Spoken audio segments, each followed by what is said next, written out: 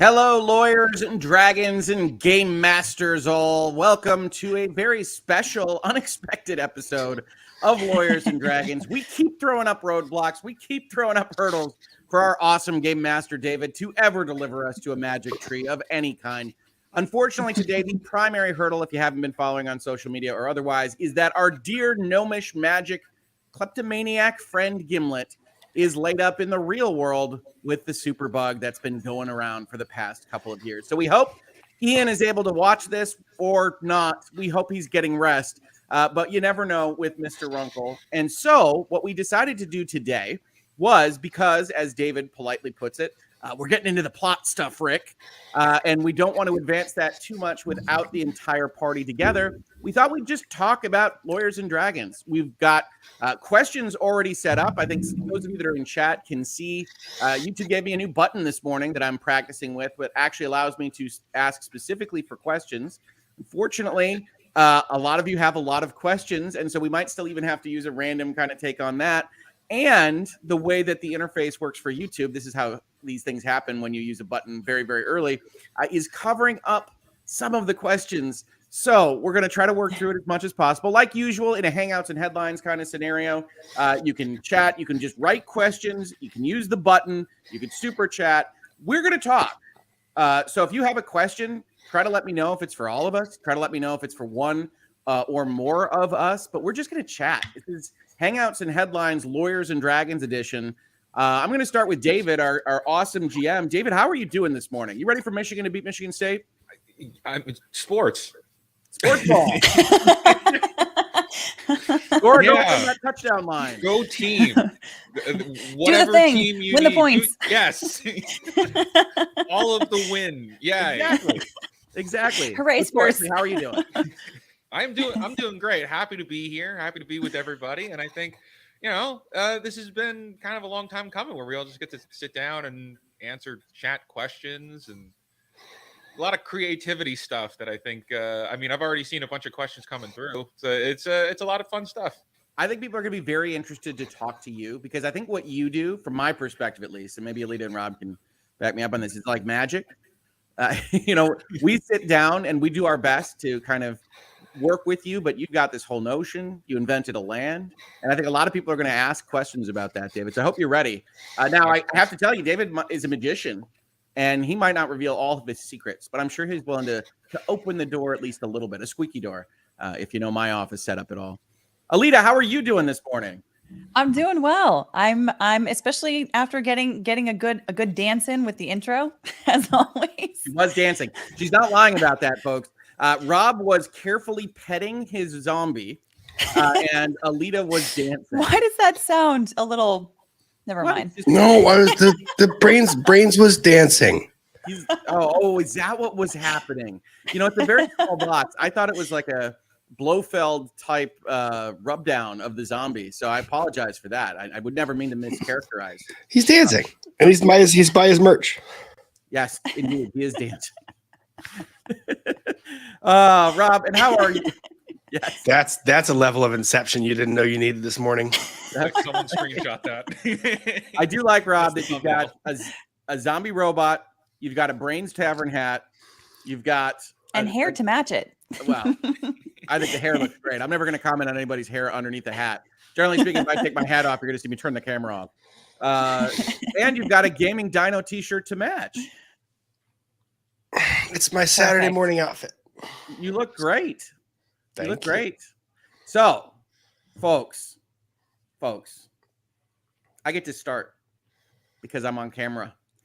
And so the one question I wanted to ask you all, especially Rob and Alyte, is, so I contact you in the summer.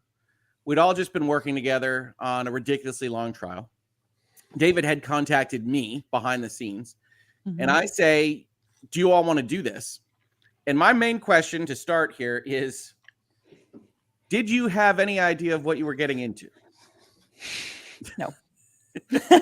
no idea, but in the best way possible. You've seen Stranger Things. You've seen people roll dice and move little figures around. But I still remember pretty vividly, Alyte, that during that pilot episode, which is on tape, people can go watch it. We're walking down a path. I think we just had one combat encounter. and David is performing a little goblin man, and he like asks you a question about your background, and you look at the camera and say something along the lines of like, what is, what are the rules to this? Right? Yeah. Yeah. And yet now you're burning down boats and you're talking with fiery explosions and things like that. You're not asking Searching anybody for a long lost directions. brother. Yes. So what is Alyte? that journey like a little bit? How was that first episode as compared to now? It definitely was much more intimidating in the beginning because I wasn't quite sure like how much am I supposed to be responding, or like, should I go all out with some imaginative thing, or like is that going to be interfering too much with the gameplay and what other people are doing? So Sure. it was very much like what, and then at the same time being like what is my character? Who is she? Like like all of those questions kind of like at the same time. So I was just really thankful to be playing with people that were both very patient and also very kind and also very imaginative, that could also kind of like help sort of like build a space for me to sort of get used to that and start getting those wheels turning. Yeah, no, and I've seen it definitely in the way you've been playing, Alyte. I mean, it's, and we warned it of Natalie, right, when she was on for our diversion episode. It's like, this is gonna feel weird. This is gonna feel weird when you start, and it'll stop feeling weird, and then you'll just be ridiculous, and then you'll be tapes of you being ridiculous online forevermore. But I feel like she did great for her first turn. Like I feel like Oh, she did better than I did on my first turn. I would never compare my friends in that way on this or any Fair, other. but I can say that. Says the person in the tone that compares his friends in that way offline. Oh, that laugh is too real. shame. Oh my goodness gracious. Oh, and that's it, folks. Good day. Rob is getting Goodbye. cut off. I still have the remove button. No, I mean, I think she did great, right? By the end of that 2 hours, she's flying around as well. But I think you've done great. Yeah, Lima is a scary badass, which I didn't realize when we started the campaign. She's even mocking other captains of other ships that are like experiencing hardships, like You're on a ships. cleric. You've got your eyes on the prize, and yeah, people were asking. I had a comment that was basically like, "I'm not sure about Lima's decision making on that boat drive. Wouldn't she help? She's a cleric." And a couple of people came in and answered, "Well, she's role playing, and she's got a mission to save the magic in the world, and that's a call you're going to have to make in Dungeons and Dragons." Plus a lack of trust of a certain type of people that just attacked us. Yes, she doesn't like pig pirates. I mean, it's a common problem. Pig pirates have a union. It's a whole deal. Rob, okay, so now you also start same time as Alyte. That was your first time playing Dungeons and Dragons, right? I had never seen, known, or thought about Lord Dungeons and Dragons ever in my life. Ever. Not Stranger Things, not ever. I said first time. I say, Rob, you want to play Dungeons and Dragons, and you say yes without knowing what I'm talking about at all. Correct, because you're my friend. You're a trusting dude. Yeah, you're my friend. That's like, I think that's the coolest part about it. Is it's the more comfortable you are in your own skin, and that can depend on the people you're playing with.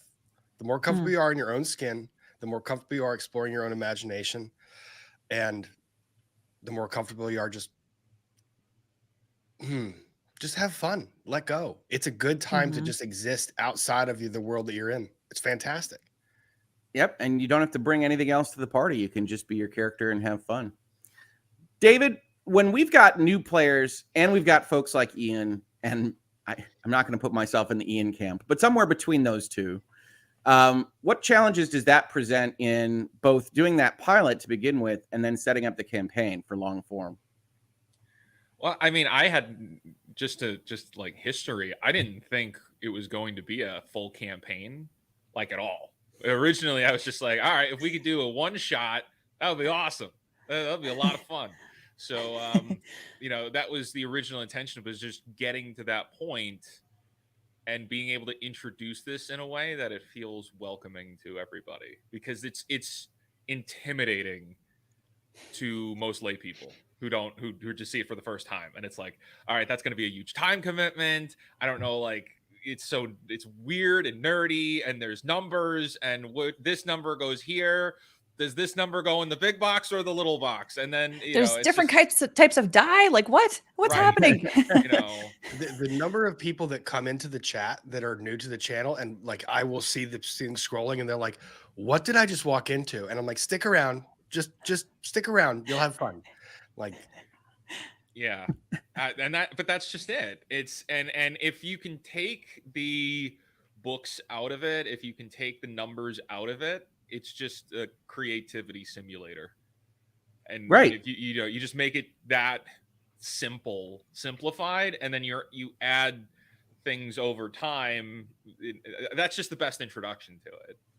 Well, and I've noted, David, that you aren't a stickler for, getting out line of sight graphs and exactly how many yards you are away and some of the other stuff that I have dealt with in past. And that's a totally valid way to do it, especially if you want to have it be kind of a tactical strategy game more than Right. rules. But is that your normal way of running a campaign, or is that at all modified for we got newbies and mediums and Gimlet?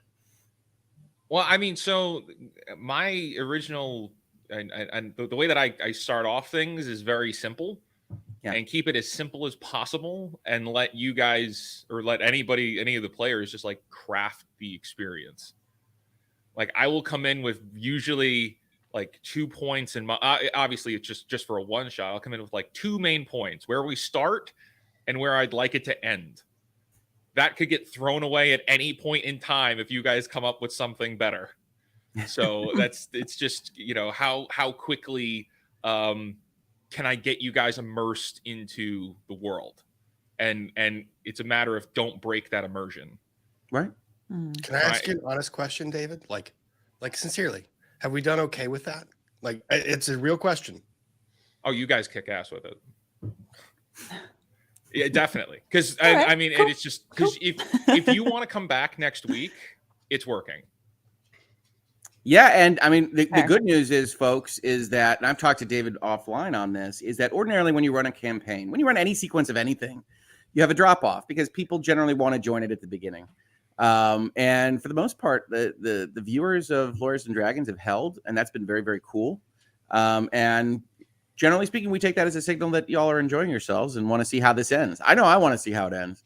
David keeps telling me he's got big things planned for all of us, and like we have breaks and diversions and COVID and everything in between. So it's like I know David is eager to get to the final stuff here in the sequence of episodes he's got planned. But it's super enjoyable to participate in. I did want to respond to Nicholas Darrow with the super chat here. Mocking unions, are we? No. I'm mocking the concept of fantasy pirate pigs having a union. If you don't follow Prototopics, he's got some of the best shorts I have ever seen. I think, is that primarily for like a TikTok audience, David? I mean, is that where you grew up, sowed your wild oats? I mean, I started on TikTok back in 2020. I don't do TikTok anymore. I only do YouTube. Okay. So like, this is the only place, but like, that's where I started doing. So if I can pitch like for you, David, for a second. He has a sequence of very short form. You do not have to invest your entire day watching essentially Dungeons and Dragons as if it were a modern business environment. So one of my favorites that I most recently watched of David's was the notion of bathroom access, which, is fraught political conversation. But what David does is he talks about the problem with mirrors and Medusa's bathroom access for about 45 seconds. And it is fantastic. I highly recommend them. They are seemingly innumerable.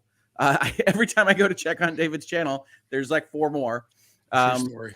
Yeah, so go check those out if you're at all interested in seeing David talk to himself in various costumes about modern business arrangements for Dungeons and Dragons monsters. I love it. It's so great. I'm thoroughly entertained by your shorts. Yep. Appreciate David. David made an appearance on Friday Night Frenzy in the middle of the night, dressed as a wizard.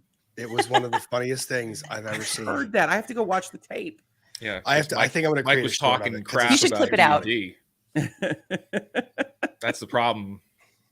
David, how accessible are your various costumes for those videos? Do you have a costume cabinet? Are you just ready to go at all times? I've only got 2. I've only, I don't do costumes. It was like when making the transition to YouTube, I realized, we're going to need something that sets us apart. I could jump in and talk, business, right? But then I'm just like a regular talking head, and there's already hundreds of thousands of those who are talking business. Yeah, we don't need another person sitting in front of a camera and a microphone just talking with people. Well, you know what? I figured that would be the long run. So what can I do that sets it differently? So I was like Amazon, and I got a dragon onesie and a wizard outfit. And I'm like, okay, well, now I could do D&D content and diversify a little bit. Hey, I love it. I mean it sincerely. I love it. All right, folks, since I'm a little worried that the questions from the chat to some extent are going to scroll up out of the thing because I don't think it's quite finished, I'm going to take a few of those if that sounds good to you. Yeah, let's do it. Law of Improbability asks David, I believe, what edition of Dungeons and Dragons are you using, and are all Dragonborn overpowered? Dragonborn are not overpowered. Okay. In fact, I think they're underpowered for the most part. The Dragon Breath ability could definitely use some work. Needs more Ds. It needs more damage.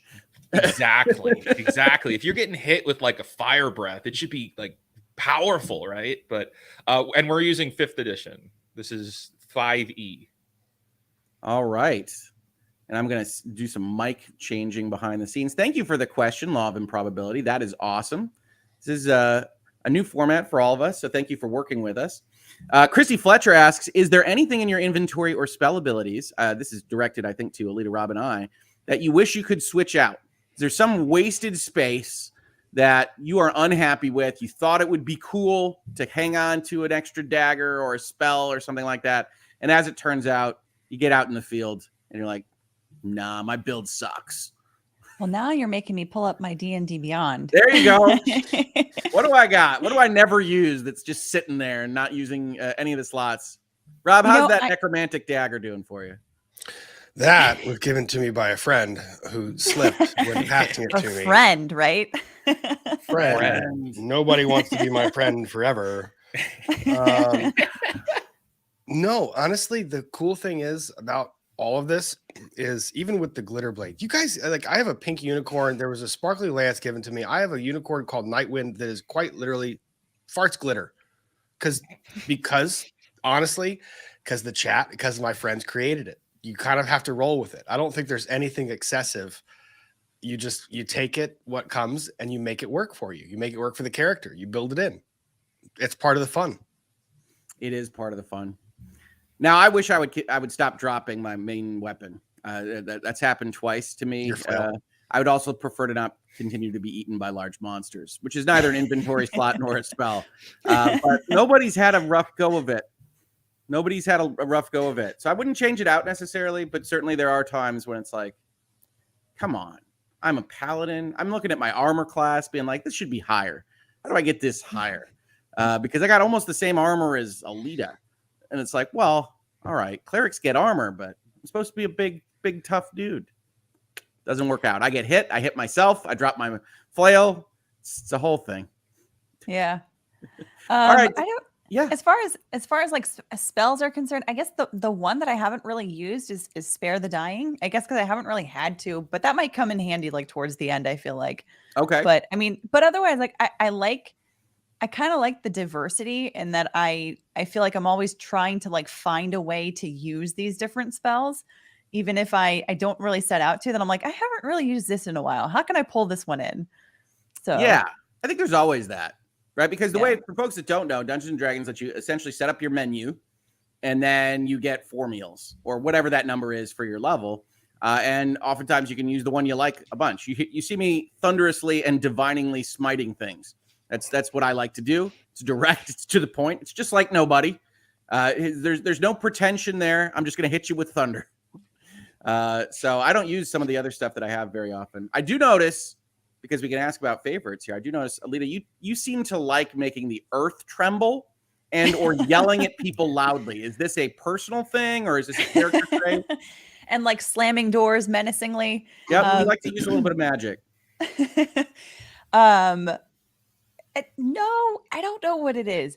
I guess because actually in real life, I feel like I'm always the one that's sort of like calming things down for others.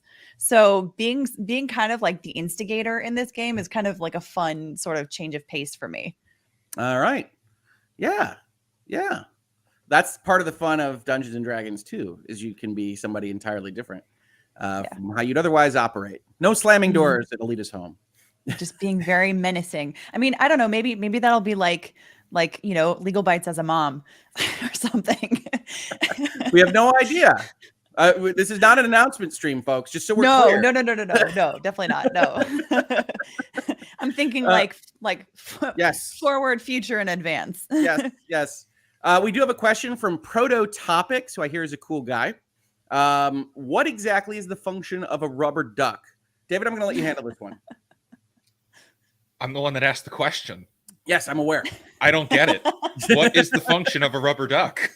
It is companionship and the scariness that is the bathtub. Spoken like a Bathtubs true are dad. scary.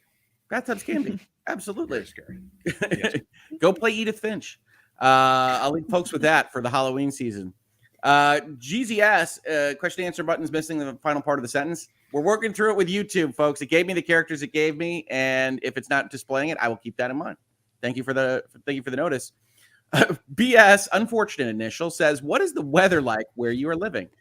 It's October in Michigan, folks. If you see the sun, you're lucky, and it's probably going to chill you to the bone.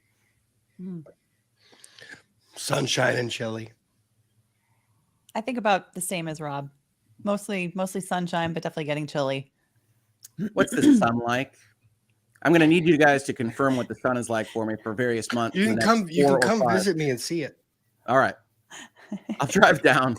I'll have seasonal affective disorder. I'll just say, you know what? I'm going to go see Rob. We're going to hang out. I'm going to introduce Rob to video games. It'd be great. Yes. I now want to send like David outfits though. Like David, do you have a PO box? Can we post that like in the chat so that people can send you? So we just start sending costumes to you to like, I just want to start sending dress stuff you to up me. for your Like, for your shorts. Yeah, but like costumes, That's actually a really good idea. He needs, like, I know. Regency era dresses. He needs like a warlock costume from like the Salem stuff that Rob talks about on Trials of the Century. Exactly. Like David, I think David underestimates the creativity of the chat. Like if you post a PO box, you will randomly get the craziest stuff. And I really just want to see you wear it, all of it, like just all of it. I guess so. I don't have a PO box yet, but now I think I may need to get one now. David needs a unicorn onesie. He absolutely does, in the most embarrassing colors you guys can make it. Yes. You know what? David would own it though. David would wear it. Yeah, that's right. He would own it. Next time Law Talk with Mike is talking smack, I'm jumping in with the unicorn onesie. I think that could work. All right, we do have some super chats here. Kelly Marie, thank you so much. I've never played, but I've learned so much, especially when Natalie asked all her questions. As it turns out, not being able to brief Natalie at all was something that a lot of people have commented on very positively as we're briefing her as she goes. Yeah. And my favorite moment in that is a question about initiative and Rob taking the reins to do a 2-minute tutorial on initiative. Yeah, that was weird. But Rob. it's also, you know, my favorite was when she made the comment, she goes, so wait, we can do whatever we want? And I was like, yep. Yeah. Well, can I aim it at the table? Yes. Yeah. Yes, you can aim it at the table. The table also, what does he even say? The table doesn't get a defense roll or whatever. Thank you, Kelly Marie. We are so glad that that's worked out. We know that sometimes, especially for people that kind of jump in the middle, it's like, why he just yells things and people tell him numbers back. But it really is easy-ish, but you kind of have to have that baseline of understanding what is going on at all. So I'm glad Natalie was able to do that as well, because my friends on this stuff are so brave. She just shows up, is like, let's do it. We haven't told her anything. And that was a lot of fun. G Pascal, thank you for becoming a member. That's awesome. We hope you enjoy the Lawyers and Dragons emojis. D-Stank with the swear jar contribution. Did I swear? I think I might have mildly sweared. I appreciate it. Umbrai Legios. I blame my school friend. He got me started on Dungeons and Dragons at Edition 2, which is pretty cool. Pretty cool, folks. Now, I do have more questions. I can continue to ask questions from the chat, but I wanted to give you guys the opportunity if you had any questions for each other or for anything that you had on your minds, if anybody wants to take the reins here. Otherwise, I will go back to the questions from the chat.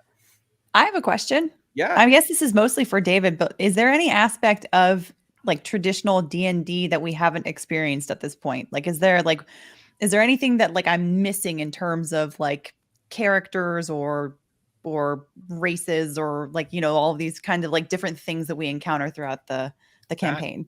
That is a very good question, but we've covered like a lot of the bases.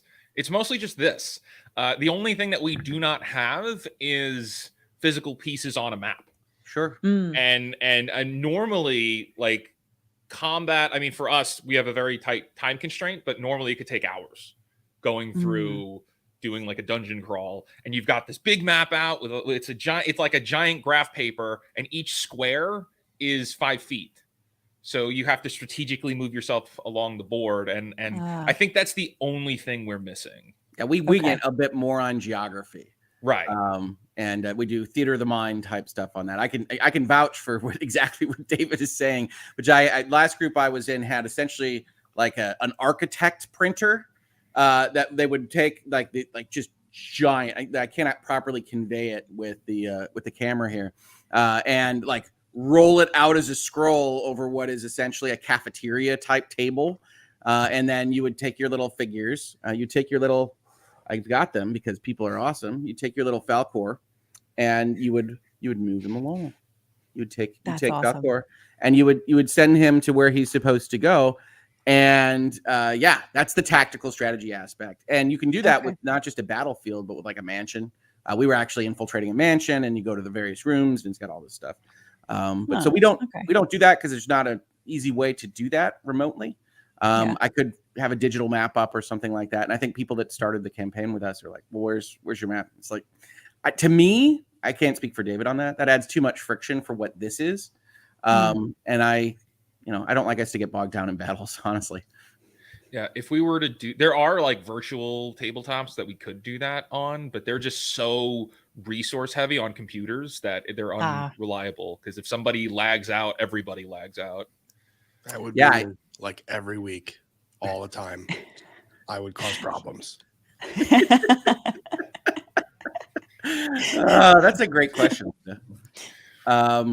All right, let me ask one from our chat here. In that question tab, this is working out pretty well because it is holding now. We've got a question from Sibling Creature. Says, David, as Game Master, what was the most surprising action or reaction of any of the main characters so far? And was there anything that they did that really threw you for a loop and you had to juggle plates? That's a loaded question because I would have to reveal some things. But I could say second or third episode with the bag of money when you guys are still by the first tree. And I think it was Ghostblade goes to throw the money in. And I'm like, oh, no, we need that. We need that. You can't let that go yet. So it's like, oh, roll to see how far it goes. He's like, distraction, throw all the money. I was like, oh, athletics check. No, it plops down in front of you at disadvantage. Yep. Great. That was question. The most notable one. Yeah. Well, hey, how about a version of this that's at least slightly different? Not did you have to go in a different path? Was there anything that you remember sitting there, David, that you really liked? That you were like, that's good. I can work with that. And that's going to be an exciting moment for this episode or the next episode or whatever from Alyte, Rob, Ian, anybody.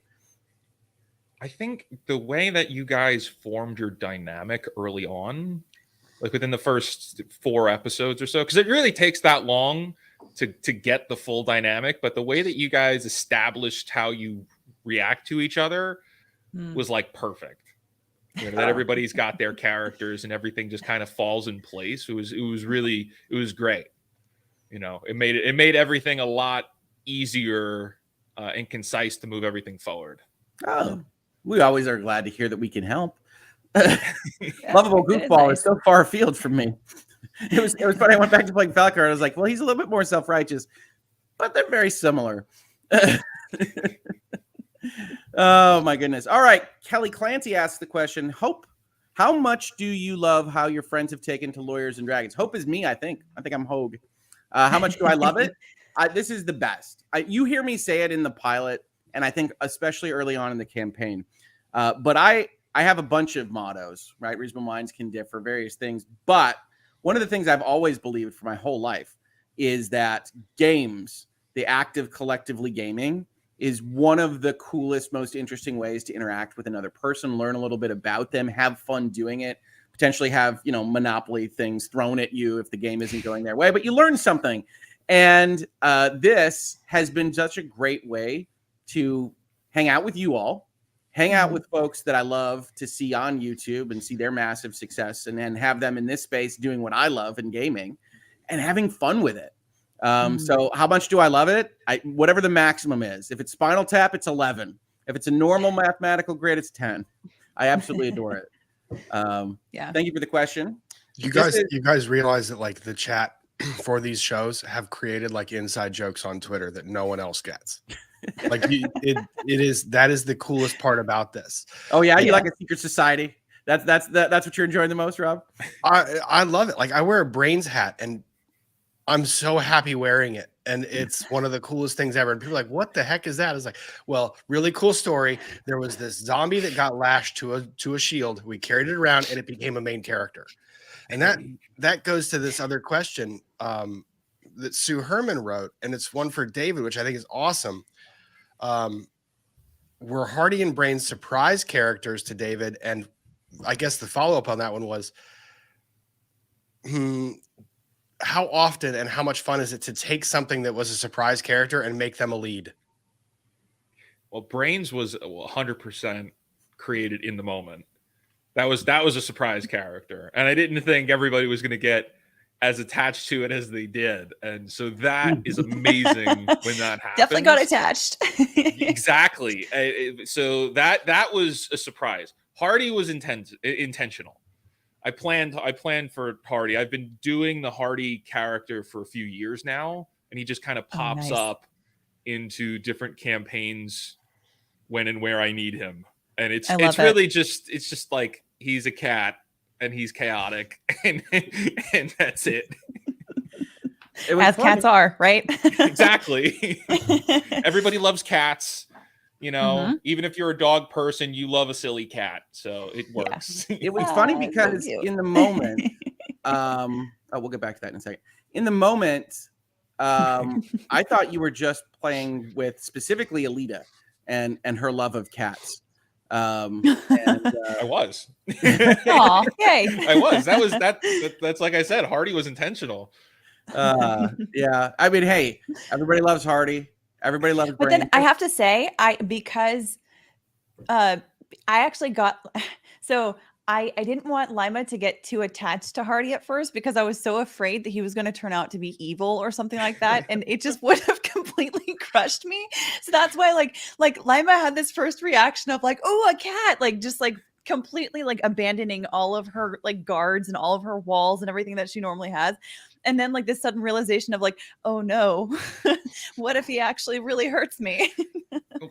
And that's the thing. That's the thing with games like this is like, I feel like people, if you're doing the GM DM job, like it's kind of like a moral responsibility to not do that. Like it's sometimes it's okay, like, but it's you can see it coming. It's gonna it's not going to be so devastating. But if I was like, oh yeah, Hardy's the mastermind behind the whole thing, he's evil, it's a demon cat, surprise, like that would be so unsatisfying and like, oh, that stinks. Yeah.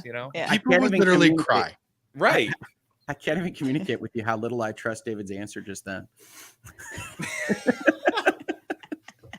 That would be terrible. That would be so bad. So bad. The worst. Reasonable minds can differ, Rick. Well, but that's what's great about David, right? Because, I'm joking. I do trust him on that kind of question. But obviously, and he has a wonderful episode where he discusses this with Ian, one of the things that happens in Dungeons and Dragons is, especially if you're broadcasting it to the internet every weekend, you make yourself emotionally vulnerable is too strong, I think, perhaps, but like you are open in a way, and then the GM has the ability to poke you pretty good if they have a desire to do so. Yeah. And so do your friends by calling you Glitter Blade Sorry. and then having it stick. Glitter Blade is a great name, Rob. It was just so perfect. I couldn't resist. We do have a question from Katie Cotton. Have you ever played Dwarf Fortress? I have not. Anybody? No? My husband has been playing it for years. It's apparently very difficult because he keeps killing off the dwarfs. Oh. Steam beta in process for 18 months. I will check it out. I know people love those kinds of games. I think it's a RimWorld type game.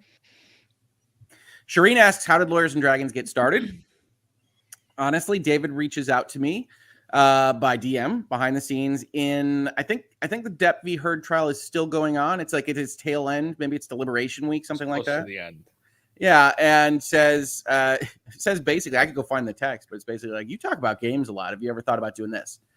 Because at that point in time, I said I would love to have a space where the lawyers can game together. And folks that know me and know my channel is the one thing they understand is it's like I'm skittish about full on creativity and what you can do with like a Jackbox game on my channel, and this is still a family friendly space and that kind of stuff. And so I had a conversation with David, and I've said this to David. I actually had a couple of people reached out to say potentially do Dungeons and Dragons, and David was like super responsive, right? So I'm like, all right, so here's my concern.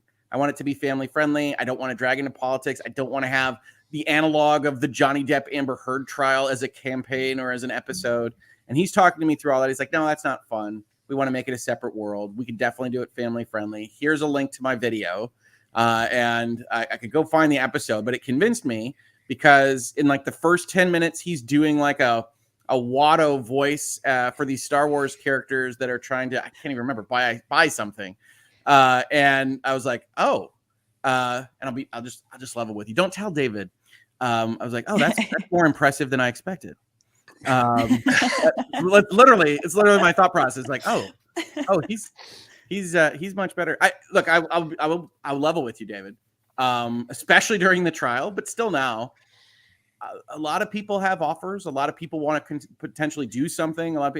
And a lot of people are not as gifted as you. I'll just say that.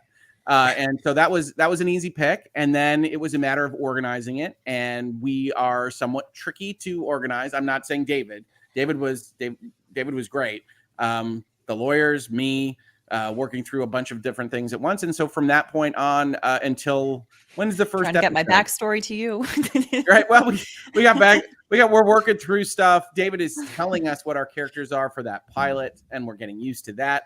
Dave, see, you're gonna be blushing, David. This is such good stuff that people need to know.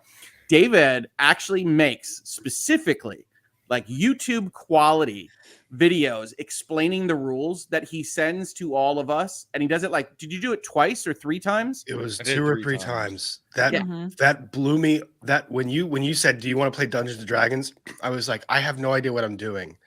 And then all of a sudden I see this video from David, and I was like, what is this? And I click on it, and it just was a YouTube link, and it's a YouTube link, and I click on it, and it's like, hey, Rob and Alyte and Rick. I was like, holy crap. And it was like full resolution HD, and it was explaining how to do like this character sheet. Yeah. It's like, how do I condense it into as short amount of time as possible? He walks us through it all. Yeah, no, it was great. It was great. If you put together a class that does that, like an onboarding for new people, I would absolutely pitch it to people. I would absolutely link it because it was such an easy way to do it. Here's this friendly guy. He's like, hey, you're probably super scared of this sheet with all these numbers. We're going to walk through it line by line. And I was like, hey, nice. That is awesome. And so he was doing that all behind the scenes. And he did the intro that everybody loves so much that Alyte just can't stop dancing to. David is phenomenal. And I don't think we can say that enough as part of this process. So check out Prototopics, put the sub over there. He's got awesome shorts form videos. He's got just great stuff. I can't say enough about David. I simply can't. I moved my flight to Las Vegas so that I could make this episode last week. Like, I moved my flight Oh, we to have to Vegas we have to blame Ian for that then. so that Rob I moved his could. flight. How dare you get sick? I am emotionally no. This was last week. Like, I am emotionally invested in Yeah. this, like, in being here. And it's Yeah, because no, of every single person I we've have seen told on Mr. screen. Bytes multiple times about, like, we had like weekend plans of flying places and things like that. That I told him, I was like, so long as I can make Lawyers and Dragons, like that is a must. We have to plan our flights around that so that I can make it. So yeah. I love it. I absolutely love it. And yeah, if you guys recall, I think we said this on the episode where Rob was at the Penn State game, but Rob's only rule for us was don't let somebody else play my character. It's like, we're not going to do that. He's like, okay, because I don't want. I'm in control of Ghostplay. That's another sign of like how well things are going, that it's like you feel very emotionally attached to this character also. Like I would be, yeah, I would feel the same way if like someone came in and was like playing Lima, and I would just be like, no, like you don't know her. I'm like, what are you doing? Now you can see why there are actual stories of people getting depressed on either a party wipe or a death. Yes. Like of a character they've played for. Like we're not insubstantial, but we're going to be about 24, 26 hours of playtime when we pick this back up. And there are people that will have campaigns that are years, and they get the wrong warlock spider. And like, I have seen people get depressed. And so, yeah. Can you imagine if Ghostblade just up and died, Rob? I mean, I can. Like, it would hurt, but it's just another way to explore your imagination. Like, I love this. I love people being creative, and I love how much it feeds the chat and how creative everyone who is here is. It's amazing. It would have to be like meaningful though. I think with any character death, it has to be worthwhile, and everybody's got to be on the same page about it. Like, if the player is not on the same page, that's not to say you're invincible, right? Like you're there's no plot armor at that scale, but I have a feeling, David, you've saved me once or twice from me running directly at things. I feel like you had other alternatives you could have done. They rolled a 2. I mean, well, everything is scaled appropriately. So I'll start with that. And then I'll say I pull punches sometimes. Ooh, okay. But things are scaled appropriately. It's not supposed to be. I mean, you're low level. You're not level 10. I think what would we just hit, level 5 maybe? 5. You just hit 5. So, we're not going to be fighting, super beings from outer space. Maybe you can't reveal this. I still have wondered when we first face off with the Black Knight and I'm pressing it, and like your UGM are trying to convince me to like yield. Like, if I press that more, what exactly is going to happen to the party? I was like, these are the questions I have. That was the first 4 episodes we had were so structured and well, like, I had the foundation, and it was just a matter of getting you guys to like go through it and see what kind of reactions you'd have to everything, all leading up to when we did the trial episode. So everything there was just to establish this is a bad guy. Okay. How do I establish this is a really powerful bad guy that they're not high enough level to beat? Yep. And then you knocked us all out and made me feel bad. See, This is fun. This is fun. All right, we got more questions here. So, Jessica Lambert, were you scared when you first started? And if so, what scared you the most? I think it's primarily for Alyte and Rob. So, what made you nervous about this? I was going to screw up. Like, I was nervous that I would screw up. Like, I was nervous that I didn't know enough, that it was something that would have been fun if I knew what I was doing. And I was nervous that I was going to do something to make it not fun or just to screw the entire thing up. Yeah. Yeah. Right. Well, and is that the same with you, Alyte? I mean, yeah. And that, like, I mean, because, sometimes when it comes to using your imagination, getting creative in the moment, sometimes that's like, it's like you can feel like you're kind of put on the spot a little bit. So, that was something that made me really nervous, is like, I mean, I know that like if I sit down and I want to write a creative story, I can definitely do it. Like, writing that backstory took me forever, but once I actually did sit down and do it, it was like, that it was after a lot the of fun. campaign because it's amazing. Alyte has a tiny little short story that is awesome.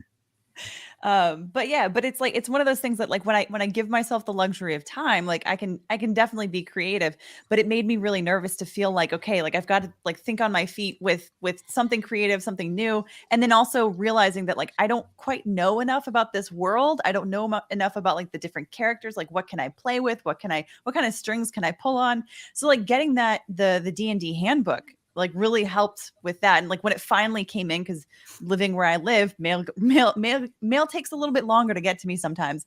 So like, when it finally came in and I like spent like a whole day kind of like pouring through the whole thing, and especially like looking over clerics and half elves and like all that kind of stuff. And I was like, okay. Like now I feel like I have a decent kind of flavor of like some of the things that I can play with. That's awesome. So yeah, I love that you went and bought like the resource guide as soon as we played once, which is just super cool. I also like this. I think David, sometimes you can feel it, sometimes you can't. Look, there's the player's handbook. David's real good at this. And this is kind of like when you talk about screenwriting, something along those lines, you can feel clunky exposition. You can feel a writer moving pieces on the board. Mm-hmm. And sometimes Hardy's like, shouldn't you check out that palm tree or whatever, but do you investigate the room? Yes. Oh yeah Like as lawyers, like getting a leading question, like, oh, this is where he wants me to go. Mm-hmm. Yeah, there's a lot of those. But there's a lot of stuff that he's real subtle at. Mm-hmm. And he uses vehicles of other characters and Hardy and things like that. And this is just going to become, we're going to have to do a roast of David as well. Like, to balance it out. This is too much. But it's funny because I know some of the stuff. So the way this works is like Ian, Alyte, and Rob know nothing in terms of like where we're going. David keeps me informed of broad swaths of things so that I know and can get guests and improve things and do that kind of stuff. But even then, it's kind of fun to sit in my seat for that because I can watch David a little bit go like, okay, he's told me where he wants to go here. How is he? What's he gonna do? And so it's fun to watch from that particular perspective as it happens. But David Vintage Willow is so good at that, and I can't say that enough. All right, let's. We do have a couple collected super chats here. Let's hit those. Steffi Noop. Thanks to you, I got into Dungeons & Dragons, never played before, started after the pilot episode, and now I am a badass, you're getting the full name, level 9 monk, and have the best time every other weekend with my sister and my boyfriend. Hearts emoji, hearts emoji. That is so cool. That is awesome. That's awesome. Look at that. Bringing people into the fold. And that's really nice to see and really nice to hear. Thank you so much for sharing that with us, Steffi. What else we got here? Patty C. Best way to start my birthday. Happy birthday, Patty. Happy birthday. Happy birthday. Glad the Michigan Wolverines can definitely deliver a win later on today for you. Hugs and love to all. I know there's Spartans that watch this. We love you, Spartans.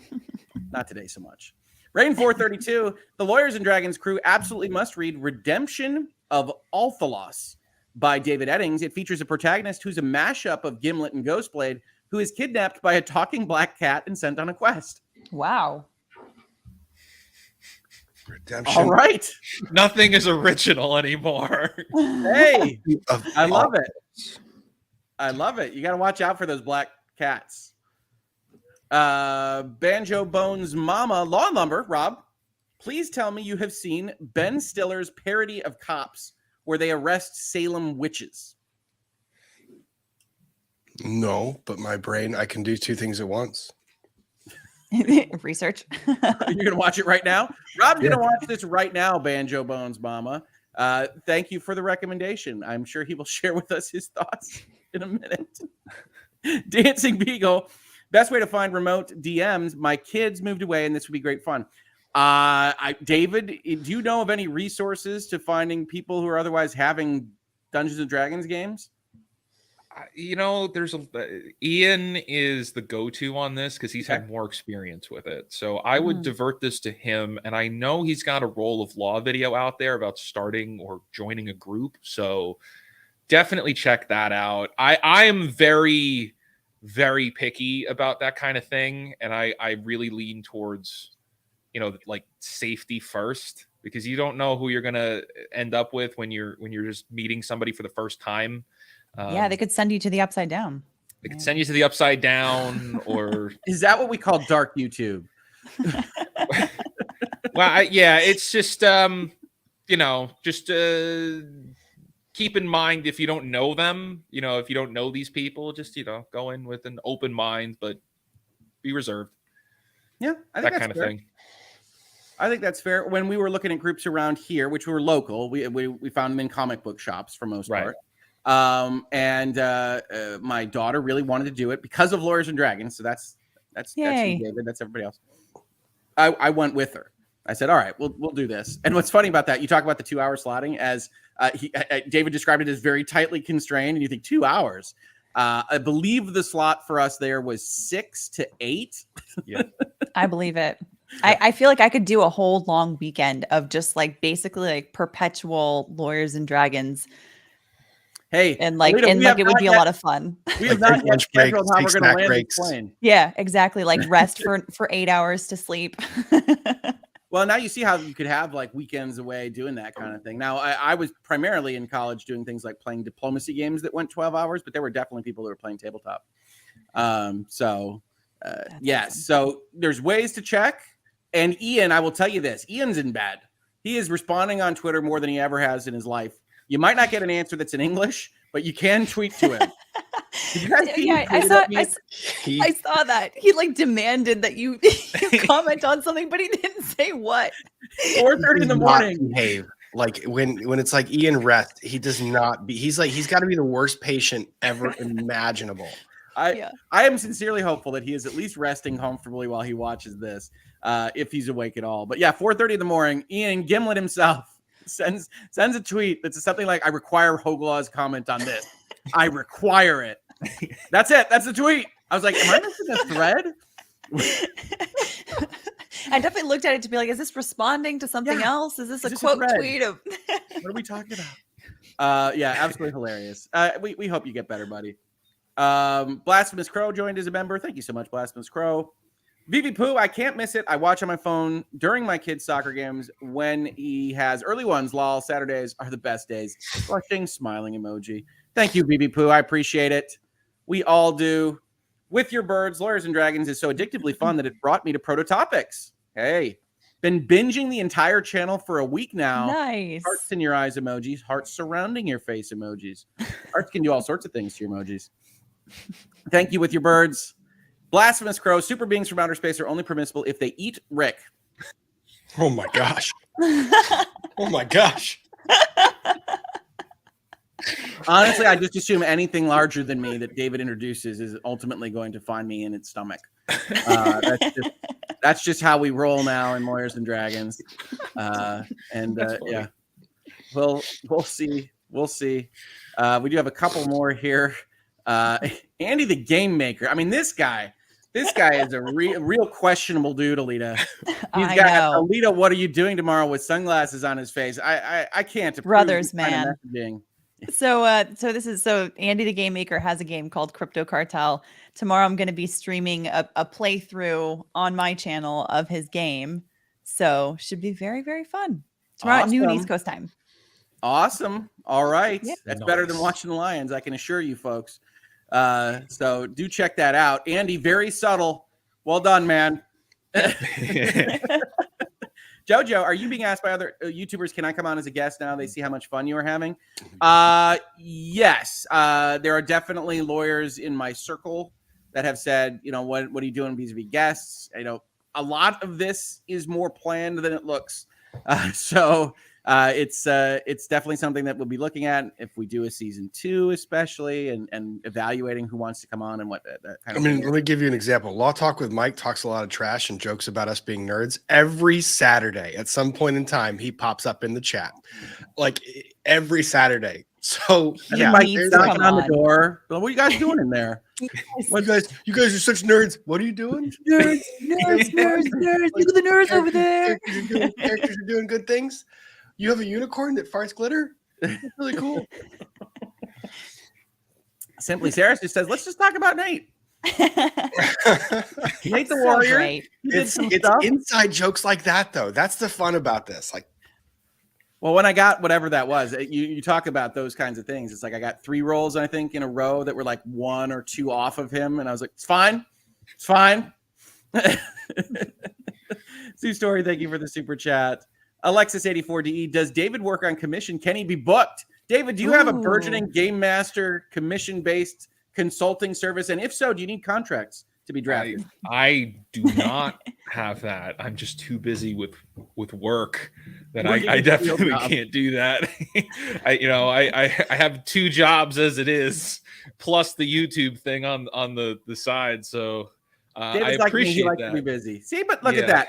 They would love to be able to. David is awesome, isn't he, folks? Yep. And Kathy Richardson, you should definitely do a charity marathon of like a really long Lawyers and Dragons. It's like a weekend where like we live stream the whole thing, like the whole weekend, except for like the breaks. And then like everything is for charity. I could go for that. Because Rick isn't on YouTube enough during the week. You know what? I think I looked. I think I'm at 23 consecutive days streaming, something like that.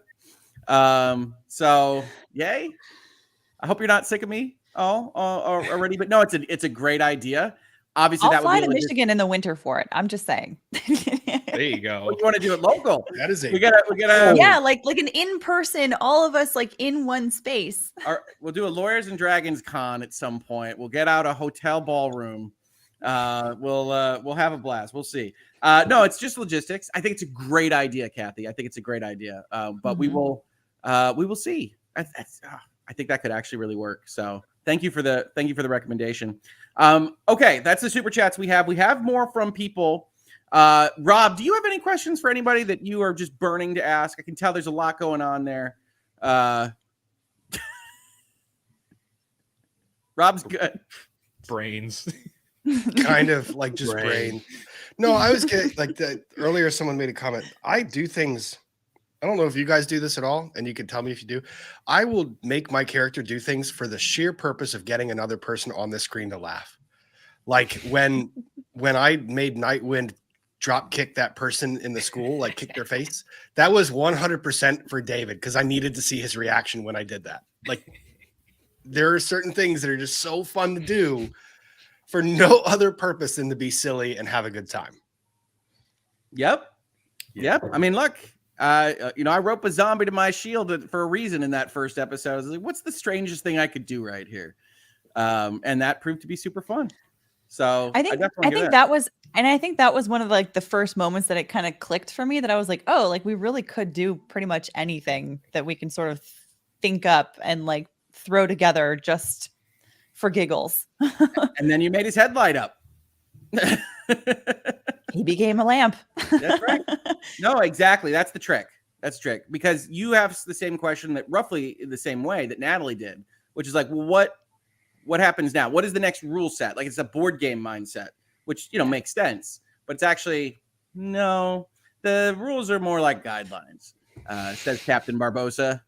And you trust in David. Now, one of the things I really like early on, Rob, is you trying to say what the outcome is a lot. Like I throw the knife and it hits him in the head. I was like, whoa, hey, hold on. You do the thing. And then he decides. And you learn. There's a learning curve and it's fun. Like your imagination gets you to the front door. And then it's like you do that and then you have to pivot based on whatever happens. I think it's fun to learn. It is. And for those of you saying I'm just holding this, no, it's attached to my arm. Do all of the robots have that? No, just Brains. Brains has that because Brains is the only one that was strapped onto something. I love it. Brains has no legs and Brains has his arm cut off. Oh gosh. I mean, it does what it says on the tin. Just fantastic work. Can you remind me, Rob, who makes the robots for you? Kristen M96. She's in the chat. Awesome. Yay. Awesome. Speaking of art that all goes with Lawyers and Dragons, I did go and put up a tweet and say, hey, look, I've seen stuff out there. What do you got? What do you got? What are you working on? What are you looking at in terms of Lawyers and Dragons art? And we do have some contributions. We have from the maker of the Gaming Dino. My youngest, the littlest Hoegling, really likes to practice with different forms and things. So you can see here, she was trying to make the rib cage for brains. He doesn't have feet, strapped to a shield, and just really great work. Awesome stuff. You've got other people here. Here's Secret McSquirrel with the dragon eyes here. Those are so cool. Yeah, very cool. So cool. Very cool indeed. And I think we have some more. But I want to answer a few questions first. So let me get to those. Ian's awake and in the chat. Ian's awake and in the chat. Say hi to Ian, folks. Hi, Wish Ian. him well. He's feeling it. We miss you, Ian. But we need you to rest and feel better because we know COVID sucks. So I'm glad to see you in the chat. Hopefully you're getting the rest that you need. And Jay, okay, I tried using my phone, but when you have dyslexia, it's not good. Have you both always been nerdish? In my world, this is great. All of us? Yes. I mean, look, virtual legality for the business and law of video games, software technology, and more. Yeah. Pretty darn nerdy. Played Magic the Gathering, did all those various things. It's been what I do for a long, long time. Mm-hmm. How about you, Alyte? I've seen pictures of you dressed as a boxy robot in law school. Yeah. No, I was always a fan of the puns, especially when it came to like Halloween costumes and stuff like that.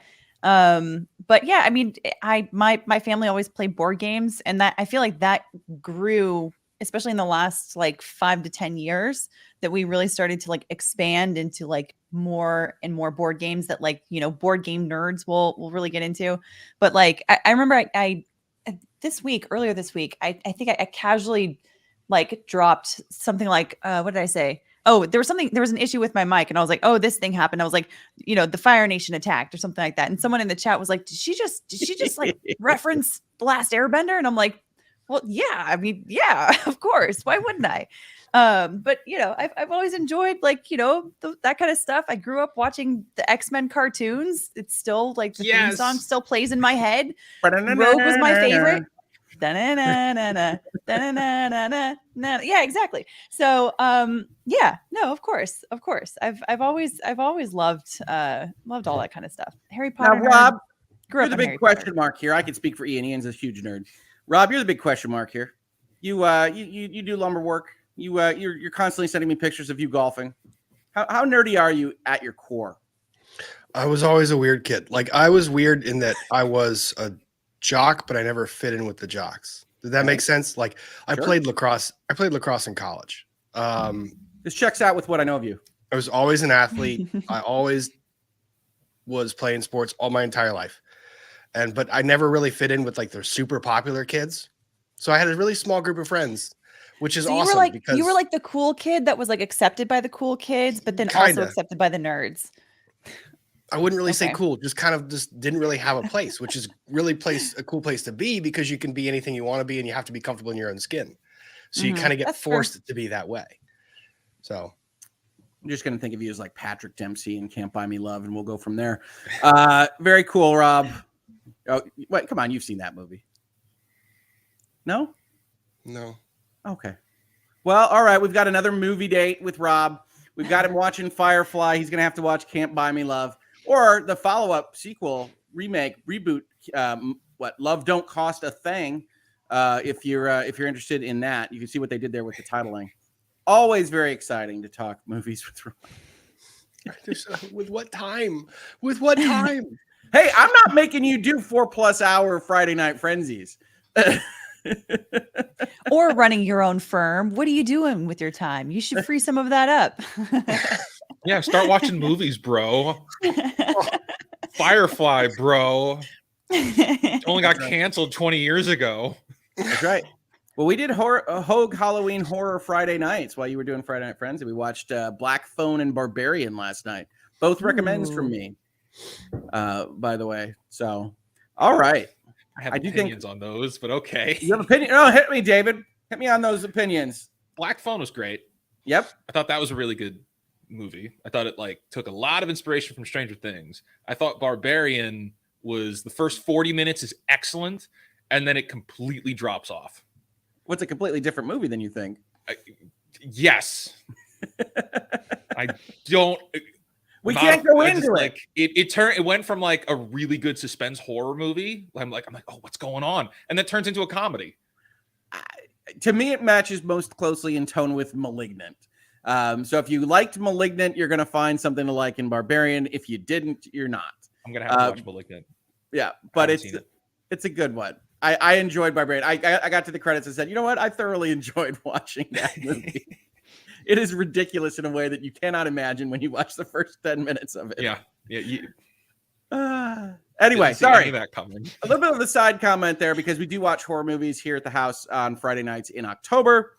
And those were the two picks for last night, double feature, and it was a lot of fun. It was a fun night. Ethan Hawke is terrifying in Black Phone, which is great. Black Phone was really good. I enjoyed it. Okay, so we do have a little bit more art here, I think.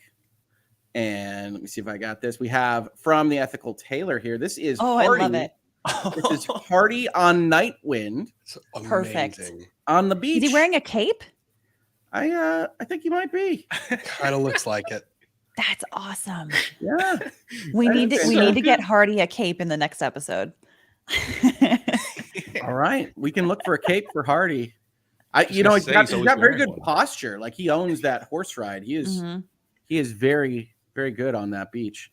We also have and this is the order got screwed up. So this is Secret McSquirrel's Dungeon, Dragon Eyes, which are awesome. Yeah. And we've got Jawgill working on a dice tower here. Amazing. A literal tower for dice. So Look at cool.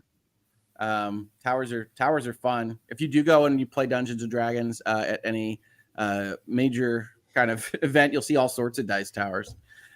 Secret McSquirrel here. This is a painting of Hardy by B. Oh, I love that. You see, this goes to your evil mastermind thesis here. There's something going on in the eyes. You can see. He wants you to buy his Windex cheese. His blue cheese. Index. I cannot make art at all. I can't draw at all. That's what's amazing to me about my kids. Like that. That's so cool. That paper became a cat. I don't. That's such good stuff. And there's so many things. Everybody's so talented. Wow. Not strictly Lawyers and Dragons. You see an Eye of Sauron here from its TJ Talk. It's TJ Talk. And that's a pumpkin carving. Yes. His pumpkin carvings, like that's amazing. He did that. His art is amazing. I love looking at this stuff. Yeah. No, it's crazy good. It's crazy good. It's just a fascinating community. Here's a goblin he did. Yeah, I can't even imagine. So cool. I can't even imagine. Very, very cool. And there's more of that dice tower. Oh wow. Yeah. So I just want to make sure we got to all this really cool stuff that everybody's making. Rob, show Hardy on the unicorn. You can share whatever you want with me. If you got other photos or things, I do have a bunch of other photos that didn't make it into that specific thread of people wearing Lawyers and Dragons gear around, people wearing Brains hats to the Michigan games is really, really cool. Oh, that's fun. Just a lot of fun stuff. And I was saying when Rob said, I really like wearing this hat because it's almost an inside joke. One of the things I've always loved about like collectibles from video games or movies or whatever are those ones that aren't self-evidently like just doesn't say alien on the cap. It says, Nostromo, like just a little bit like stuff that is like, oh, okay, yeah, you get the reference. Brains Tavern is like, look, it's really cool. I really do love how it pops in your lighting. Yeah. Coming on to you, Rob. I'm sorry if it's unclear. Okay, let's ask some questions from the chat here. We've got some more. Kathy asks us all, who are you all going to be for Halloween? Presumably with the assumptive question, doing anything for Halloween? Well, I am streaming the next episode of Classic Trials, so I feel like I probably should dress up 90s. I mean, it's on the 31st. So I actually haven't come up with anything yet. But I got this question yesterday in my bike club member stream too. And I was like, oh, I don't know. Do you have enough ready to go to dress up as if you're in the 90s? Yeah, Did you not see her when she started the trial? Yeah. Yeah, I had a Bulls jersey on the first day. This last week I had a tie-dye shirt from the 1992 Olympics from the Lithuanian basketball team, the other dream team, if you will. Then yeah, it's slowly coming up with more references. I popped in. I did see you. I think my reaction was, what is Alyte wearing? What is, she's going for a different look. Okay, so it was a 90s thing. Yes, I'm very up on it, folks. See, this is the problem. I tell people this. It's like we don't get to watch each other that often because we're so busy. So making content, trying to research, do work for these guys. Making content, followed by trying to make good content that has informational qualities and doesn't lie to people. Also important. And is organized in a way that hopefully, makes sense. We do try. It doesn't always look like it on my channel, especially, but we do try. Curse the Mountain asks, is the Trees of Eternity campaign based on a specific setting or complete homebrew? Complete homebrew. Complete homebrew, says David. All out of David's mind. Absolutely bespoke. It's artisanal. It's an artisanal campaign. Artisanal like Hardy's cheese. Created on a bespoke basis by Game Master, real David Grace. Yeah, we'll do a commercial. Tia Nena asks, has any of the panel seen the D&D cartoons from the 1980s? Oh, no. Oh, no. Are those the ones like warning about D&D or something like that? Oh, hey, Ian, are you able to even talk? Maybe you can just sign language. Okay, Ian or he just wants to be here. Just wants to be here. We've got a picture of his pupper. Ian, don't talk. We'll just keep you up. If you want to be on the screen, we'll have you on the screen. It is no problem at all. He told the chat that he was laying in bed watching on his phone. Okay. So he just wants to be here. All right. Oh my gosh. Good. You're on screen. You are one of the lawyers and or dragons. So BS, unfortunate initials. What happened to Nickelodeon? Did it get bought out? Did it go under? I think Nickelodeon is still a studio. I don't know. I'd have to look into it further on business side of things. But obviously, since the days of Nickelodeon's heyday, it has gotten a lot more competition in the kids-facing content sphere. So it's a little bit harder to see, I think. Like everything else, there's just no water cooler. They're focusing on Paramount Plus more than anything. So you'll be seeing all of the Nickelodeon stuff there. I think I did. I saw Rugrats, right? Doing some Rugrats. I think Rugrats is back. iCarly's back. SpongeBob has like 3 SpongeBob shows now, and they're all Paramount Plus. Okay. Paramount Plus, we do subscribe to in Hoeg House, but it's primarily to watch Jeff Probst and 45 seasons of Survivor. Hoeg House, my littlest Hoaglings, cannot get enough of Jeff Probst. There's a Jeff Probst. You're not here to make friends. You're here to win. Indeed. Man, where did that made me laugh? I can't remember what. I think it was an episode of Reboot where somebody is a reality TV show contestant said something like that. And I was just like, it's perfect. It's perfect. That show is not terrible. Still finding its feet, but it's not terrible. Let's see here. Carol asks, would Alyte and Rob have changed anything about their characters now that they're 10 episodes in? That's because you weren't when you planned out your characters. No, not a thing. Like I created a character that I felt comfortable with. Like I felt like I knew the character because I modeled it after something that I really love. Mm-hmm. So I feel comfortable with that character. So I don't think I would change a thing. Yeah, I don't think I would, although she has definitely developed through the series and I really like what she's developed into. So like, I don't know, I guess if I could have started with her like where she is now, maybe, but even then, like I've also enjoyed the progression of her character sort of through the time, like her getting like even like a little bit more abrasive, a little bit more like aggressive in ways. Oh my God, I love that. I absolutely adore that. Oh my God. I'm sorry. I distracted Alita in mid-sentence. It's like, what? It's And so by the cute. way, I can't am handle working on it. a graphic that becomes a swoop in my channel. Like Oh my it flies across the screen. That needs I need that. Oh my I God. absolutely need that. Great. But yeah, no, I don't think I would. And I think part of it is also in having that time to craft that backstory, to sort of like figure out who she is and kind of what she's gone through. So yeah, I don't know. Not really. I wouldn't really change anything. Can I bring Ian's comments up? Somebody asks. Let's see. So this is the trick. It gets a little hard to see specific people. Yeah, especially if they don't tag you in it, right? Yeah, in the chat. So we do our best. Ian, if you want to flag me, Ian was momentarily going to share a like a word processing screen. We were going to do it Val Kilmer in Maverick style, which would be totally fine, Ian. If you want to share one of those, we will absolutely let you type into those. Oh yeah, let's see. Just to give you the flavor here. Here's Ian. Yay! Hey folks. It's like we're playing with a Ouija board. I can't talk very well. Don't blame me, Ian. This is a good solution. How is everyone? We're great, Ian. Even better now that you're with us. Yeah. This is great. I did see that screen. I was waiting for you to type something into it. I didn't know it was a prompt. But we're all having a lot of fun here. We've got tons of questions about Lawyers and Dragons, and so I think overall, I didn't know how this show would go, but people seem invested in it, interested in it. We have more than 1,000 people watching us kibitz, and so that's great. I hope you're feeling a little better, my man. Aww. Good. Slept. Hey, slept through most of the night. That's amazing. Aww. Isn't that Very the best? Sweet.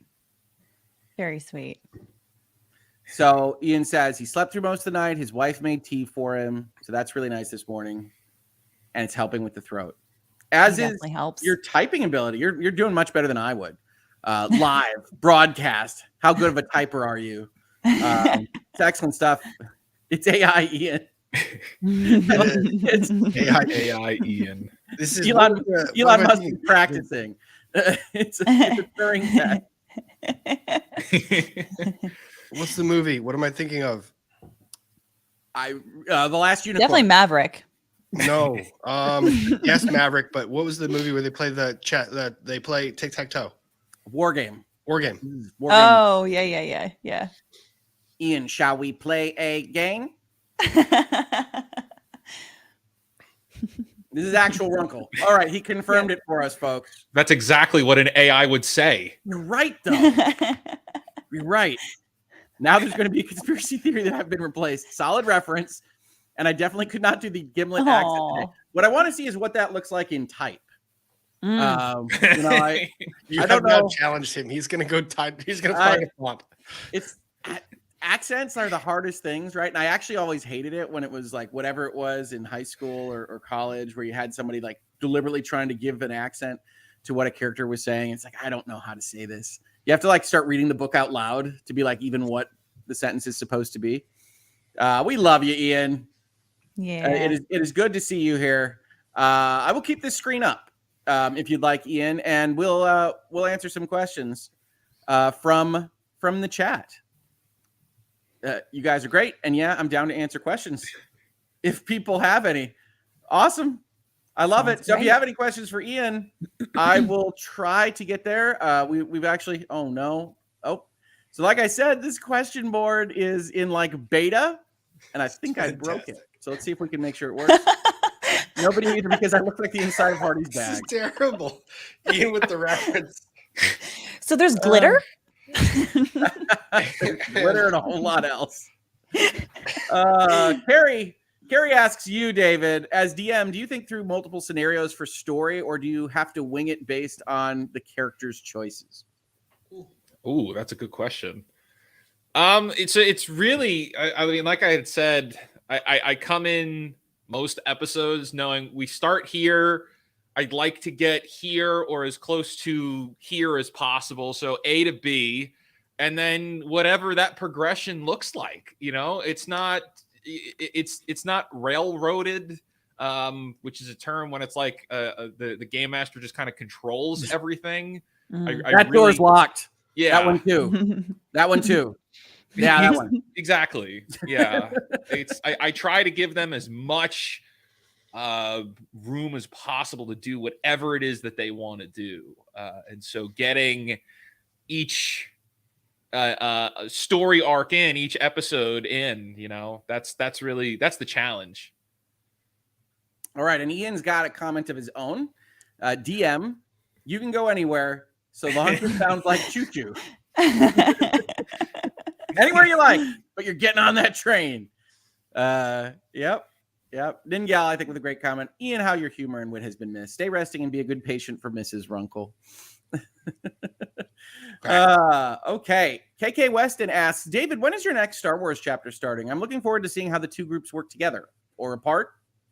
Oh, so that's a reference. There's 2 shows on the Prototopics channel that are supposed to overlap, but due to scheduling conflicts, like we just will not be able to accomplish that task. That it was a very ambitious task in that same way, but we're actually like filming something today for that. So that's kind of exciting that would you come heard out it here now. First. Yeah, we're working on that. That's always been in the back of my mind is to come back to that. So I'm happy about that. B asks a similar question to what was earlier asked of Alyte and Rob. Would you change anything in your character designs? But also asks a second portion of a question. Would you change anything about decisions you've made in the campaign so far? I think I've already said I would like to press the Black Knight more and make David do some weird stuff with crazy nobody. I would have liked to press that. I might have not gotten on the carriage and just gone to Turtletown early. See what David does about that.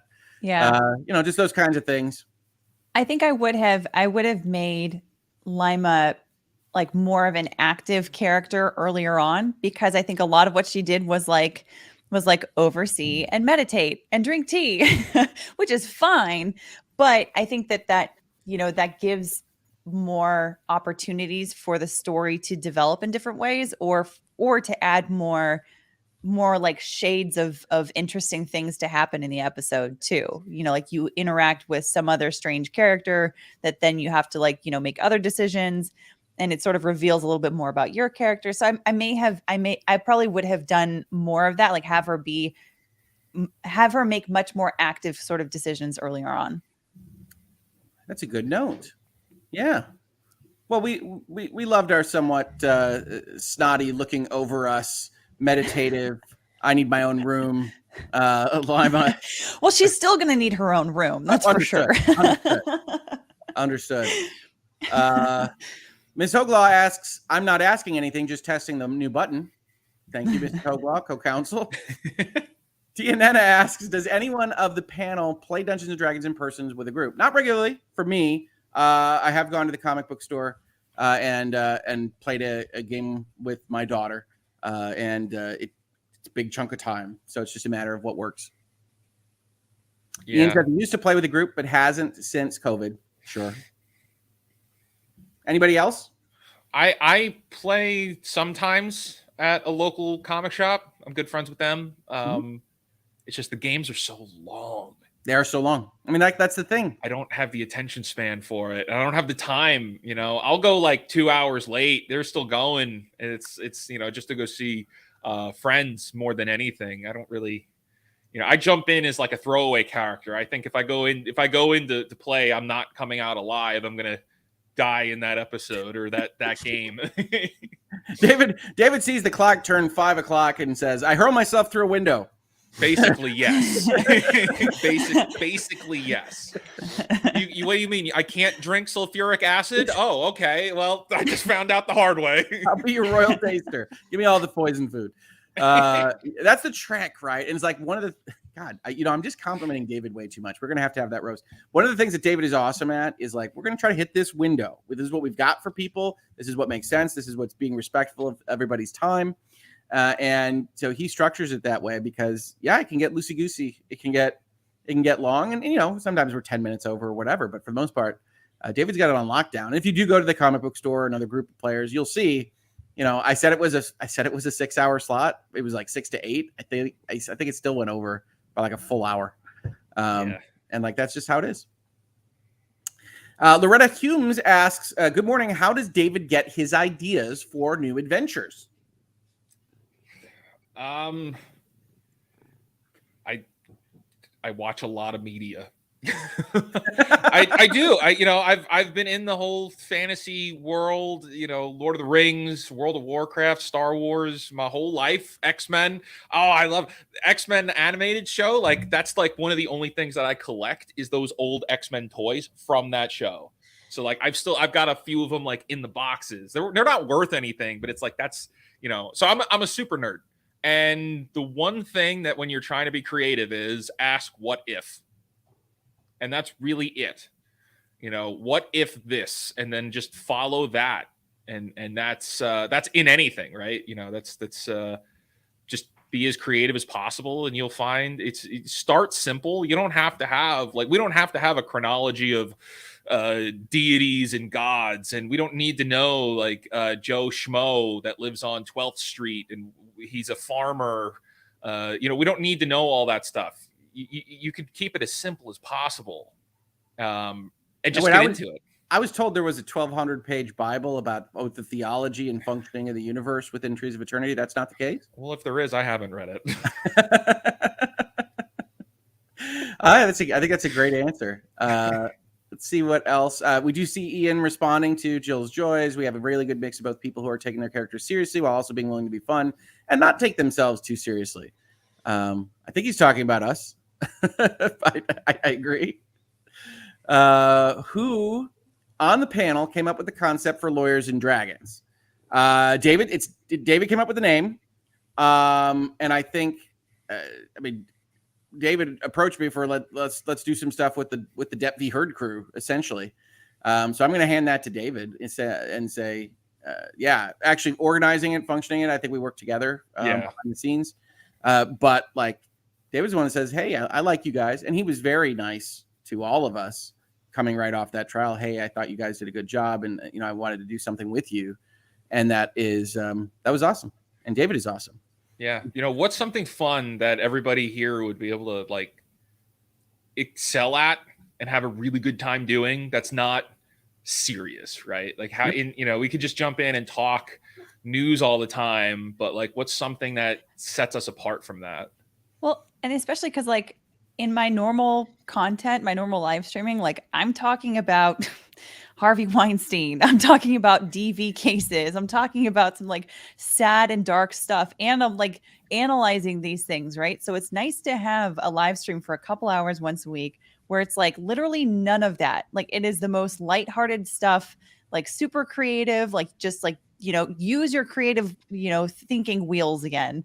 And it's such a nice break from all of that. Cause it's you can get tired of it after a while. Right. Yep. Right. This is the role I've had in my life for its entire existence, which is, no, you don't need to study for that test, or come over to my room. We're going to play some Diablo 2. We're going to get subways. It's going to get crazy. And that's, that's what the channel is Lawyers and Dragons. It's the Menendez brothers stuff makes me sad. Let's talk about some Lawyers and Dragons. Any angle, that case from literally any angle is just sad. It is sad. No, you're doing a great job. It's sad though. And it's I'll tell you, I learned a lesson from it. My channel was still so new that the lesson that I learned from playing this was that you can take this medium, this YouTube, and you can make stuff fun. It's okay to be fun. You don't have to always be serious. Yeah. So taking that and integrating that into the channel in my own content in Friday Night Frenzy, allowing myself to laugh, even though some of this stuff is so horrible, but finding a way to still have a good time and decompress and making YouTube an outlet for people rather than just fueling rage and crazy I love it. I think it's great. I really do think it's great. All right, folks. So it is 11:30 here in the Eastern time zone. We have another half hour for this slot for everybody. Because the question thing wasn't showing me exactly how many I had. We have a lot more than I had thought. So here's my proposal for everybody on the panel today. We're going to do the super chats catch up right this second, and then we're going to go to the question tab. And I think Alyte remembers this because we did it a lot in the Depp v. Heard trial. We're going to do lightning round stuff here and try to respond substantively but quickly to as many people as we can before we have to get out of here and wish you all wonderful college football Saturdays. Does that sound like a plan? Wonderful idea. Let's do it. All right. And I did Ian see says zap. I did see Spoken Ian like say, a bot. Hoeg gets lit on subways. Yeah. Hey, you know what? You come over. It's a small town. We got subs. It's a big day. It's a big day. Ian, I'm going to take you off the screen just so I don't block Alyte here for just a second, and we'll come back to your screen. Rain 432, lumber lawyer might have the skills and materials to craft a shield for brains to hang on. Correct. Might put a It's in the shield plans. together. That's so cool. Andy the game maker. I wonder why we got interested in board games in the past couple of years, sister. I believe we were already interested in board games before you went and created a new one. Brother, Andy, I want in. I want in. I David want to wants play. in. He wants to help to virtually Actually- test the game. talk to me, David, afterwards. Let's do it. Andy says, Rob is Steve from Stranger Things. I best not tell my daughter or she's going to get an instant crush on you. I have never seen Stranger Things. You're a pretty good analog for Steve. I don't know who Steve is. Steve the Hair Harrington. Now you have to watch. You can add it to the list of things. But Stranger Things is really good though, so it's satisfying to watch. It's worth watching. He's gonna watch He's gonna watch the first half of season 1 and be like, "You liking me to this guy?" No, you're season 2, Steve. You got to be specific. You're Yes. you're Fair. all you're the full arc of What is Steve. happening? And what happened to Don't Lightning worry, Round? you'll understand when you start watching. Can somebody do those face videos of Steve, but it's Rob now on Twitter, please? Can somebody make that happen? Fake of Rob with Yeah. a baseball bat Don't guarding do the that. kiddos. Yes. Yeah, somebody That's deep fake lumber. Rob into Stranger Things. Man, if I had that talent. All right, folks, that could work. VV Poo, Atla and Needs for the win. ATLA and Needs for the win. Celebration. Avatar The Last Airbender. Yes. Whoa. Sue Lillard, raise money for Pepper Pops, potentially for like a charity stream. Ooh. Yeah, we're like 16 steps away from this, but that is a good option for thinking about. Definitely, Sue. Thank you so much. Vivi Poo meant nerds and Dungeons and Dragons for the win with the glasses emoji and the happy face emoji. Hey, we're all winning here. We're having fun. We're chatting with our friends. It's a good time. Sandra Ramirez sending a white heart to Ian and Mrs. Runkle. Aw. Yeah, we hope Ian feels better. I want to make sure we capture everything else before we move on to some lightning stuff. Fantastic. It's all going great, as I like to say behind the scenes. A lot of buttons to hit, a lot of ways to accidentally end the broadcast or share your banking info. So it's always a hoot to give this a try. I hate it when that happens. Yeah, you want to avoid it if you can. Ian's over here. Zap actually sounds like a party to me, and no worries. Oh, Diablo 2 and sub sandwiches. Ian, you're my people, man. You're my people. Rob, we have to show you Stranger Things, also Firefly. Yeah, we really do. Stranger Things first, so that we could all watch the finale together next year. Hang on, the chat Next requested year. that I create something.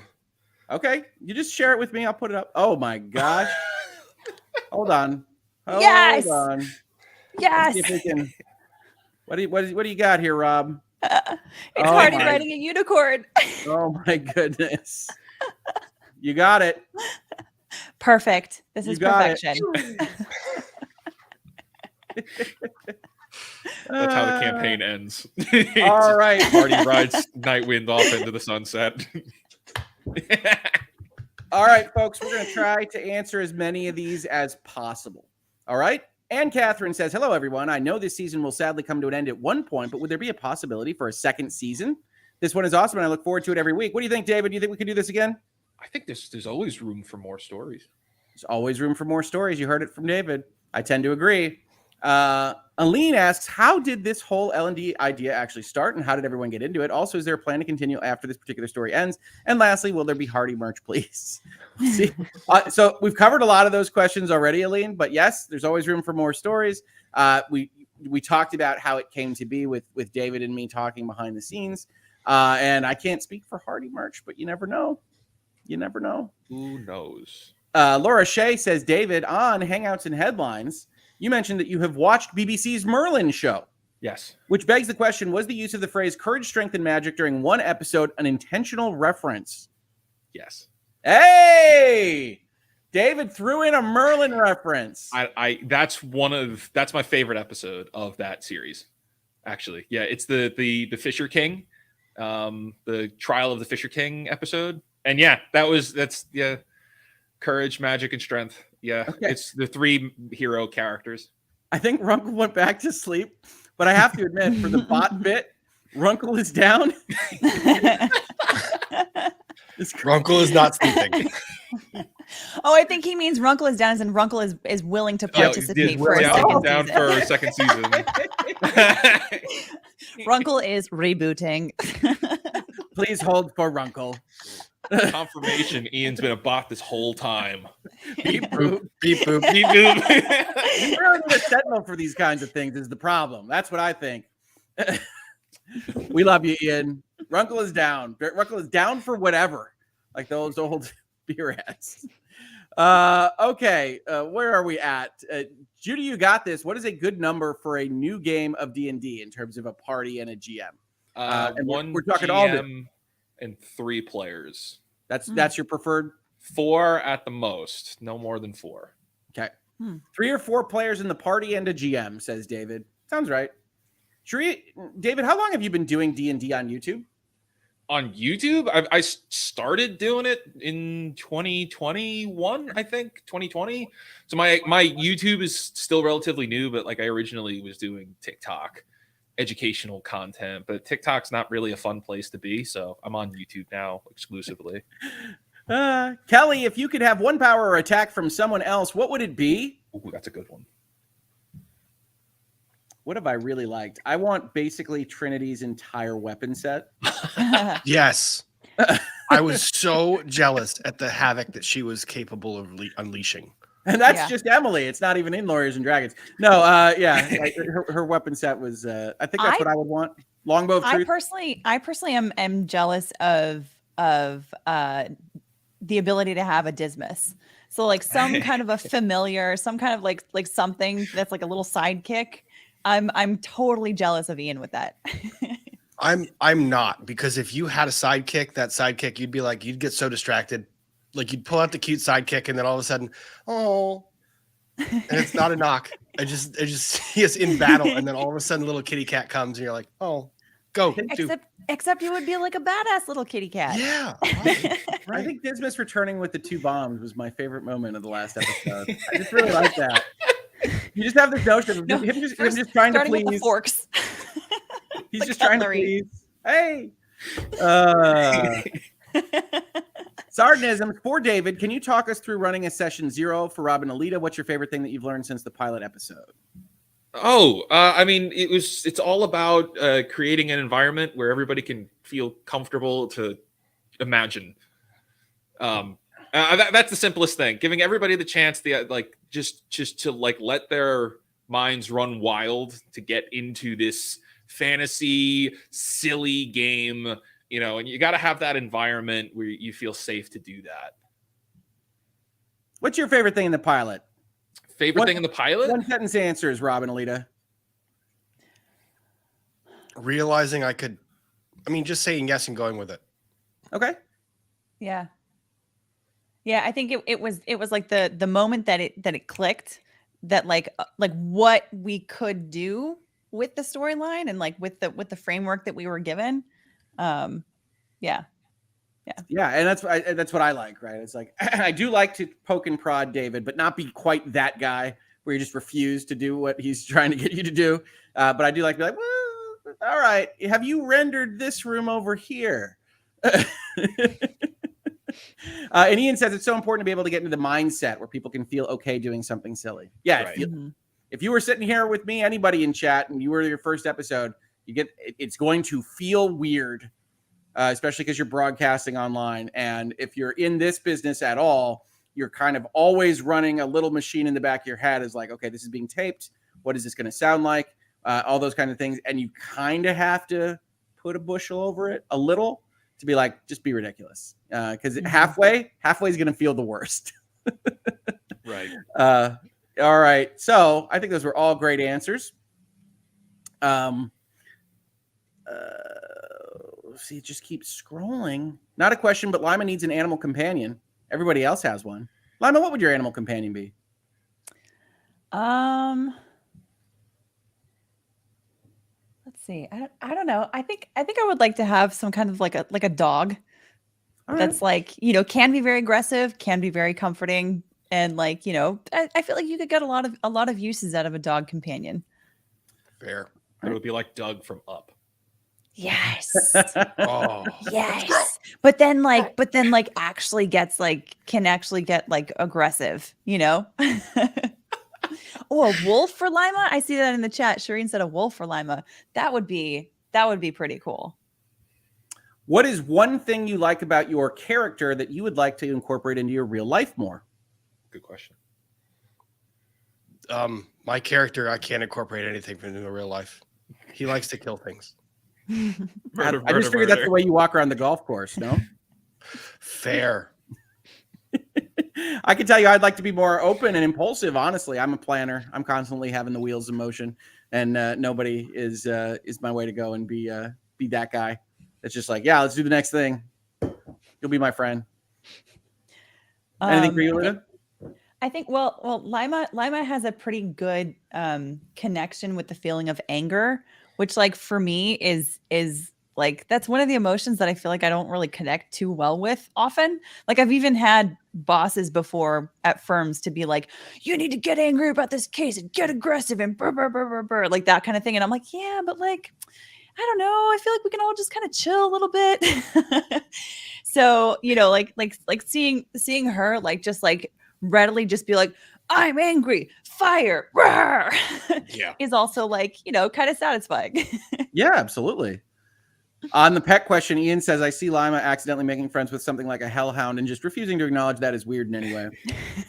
that is awesome and probably completely accurate. David takes note. Gal 1994, you ask who our favorite visitor is. I'm not going to answer that one. All our visitors are awesome and very generous in contributing their time to making this as special as it is. So I think we like them all equally, like a parent and their kids. Heather says, when will Nate the Killer be back? Don't know. We can't give away guest slots in terms of secrets. We've got some emojis. We love nobody too, just not as much. Oh, no. It's all in good fun. Sarnisms asks, for all the players, what's your personal favorite crowning moment of awesome for your character, and do you have a favorite for the others? I still love when I decided to strap brains to a shield. That was fun. In terms of the current campaign, I don't know. I would have to think about it. I really do like being impulsive and being friends with everybody and trying to do that. So every time I get a chance to do it, I love it.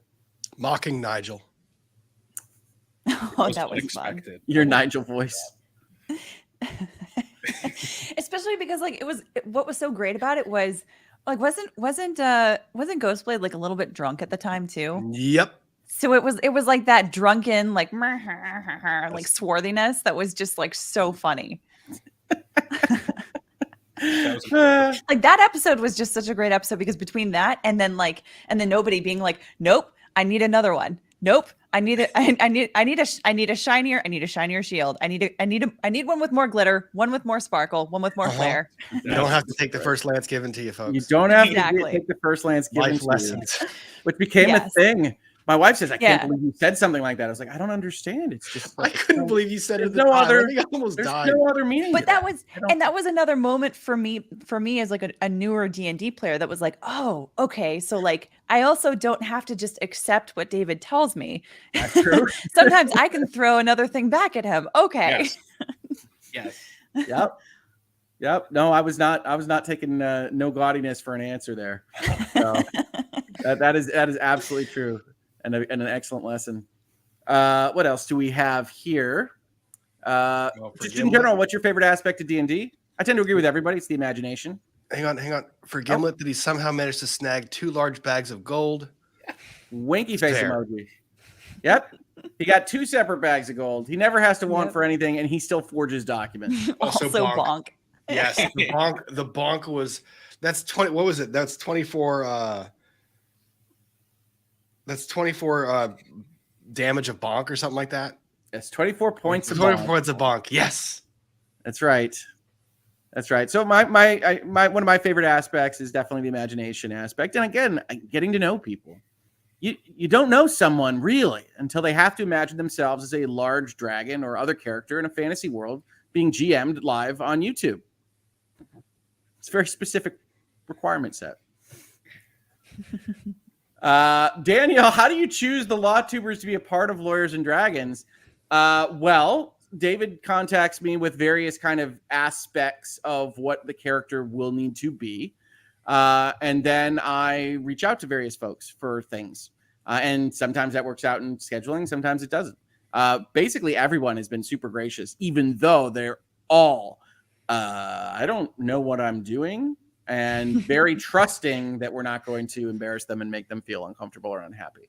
Yeah, we try to set them up that they can come in blind and be able to pick everything up and get started. And it's been great that everybody else here has learned the rules for that. I mean, just everything with Natalie was great because you're all able to help her out. So that's awesome. Mm-hmm. It was great. It was amazing. I told you my favorite part is Rob just taking the reins and explaining the rules.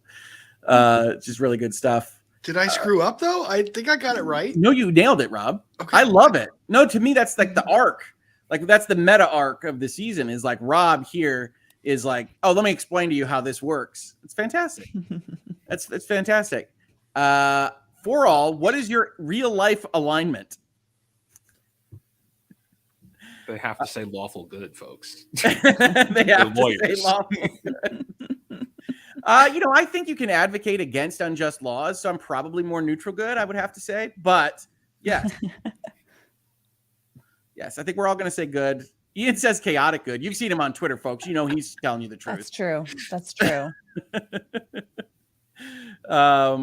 Stacy, can we interview Hardy? Hardy, are you up for questions right now? Or are you out on questions? I don't know. It depends on the questions. Okay. All right. Really depends. Am I getting paid or not? Where's my trailer? Hardy, what's been your favorite part about this campaign? Being in it. You didn't like the bag though. I didn't like being in the bag. Please do not put me back in the bag. Are you worried? Are you worried about your magical cart that got left behind with the turtles? You know, I'll just steal another one when I get done with you guys. Like I'll find another one. Maybe it'll be a traveling boat, and I could just use the boat when you guys are done with it, and I could be traveling merchant who floats around instead. That would be very fun. I like this lightning round. Also, an entire segue with an interview with Hardy. Sorry. Hardy with no, you don't have to be sorry at all. It's great. Hardy with Hardy with very bad idea. Very bad idea. Correct. Pirate party with cannons. with a pirate with like a hoop earring in one ear, a bandana, and an eye patch. Yes. Perfect. What guest has surprised you the most? I know for me, it's Kurt deciding to play his character as super bubbly and lighthearted. Yes. By the way, anyone interested, he read a full passage of the complaint that was filed by Nathan Lawyer in Blackleaf voice last night. Oh, that's awesome. All right. Yes, Kurt's is sort of aggressively cheerful and destructive. Yep, that was the one that surprised me the most. Aggressively Are they cheerful within is the way 30 to say feet of me? When he attacked the crowd, I wasn't expecting him to actually do it.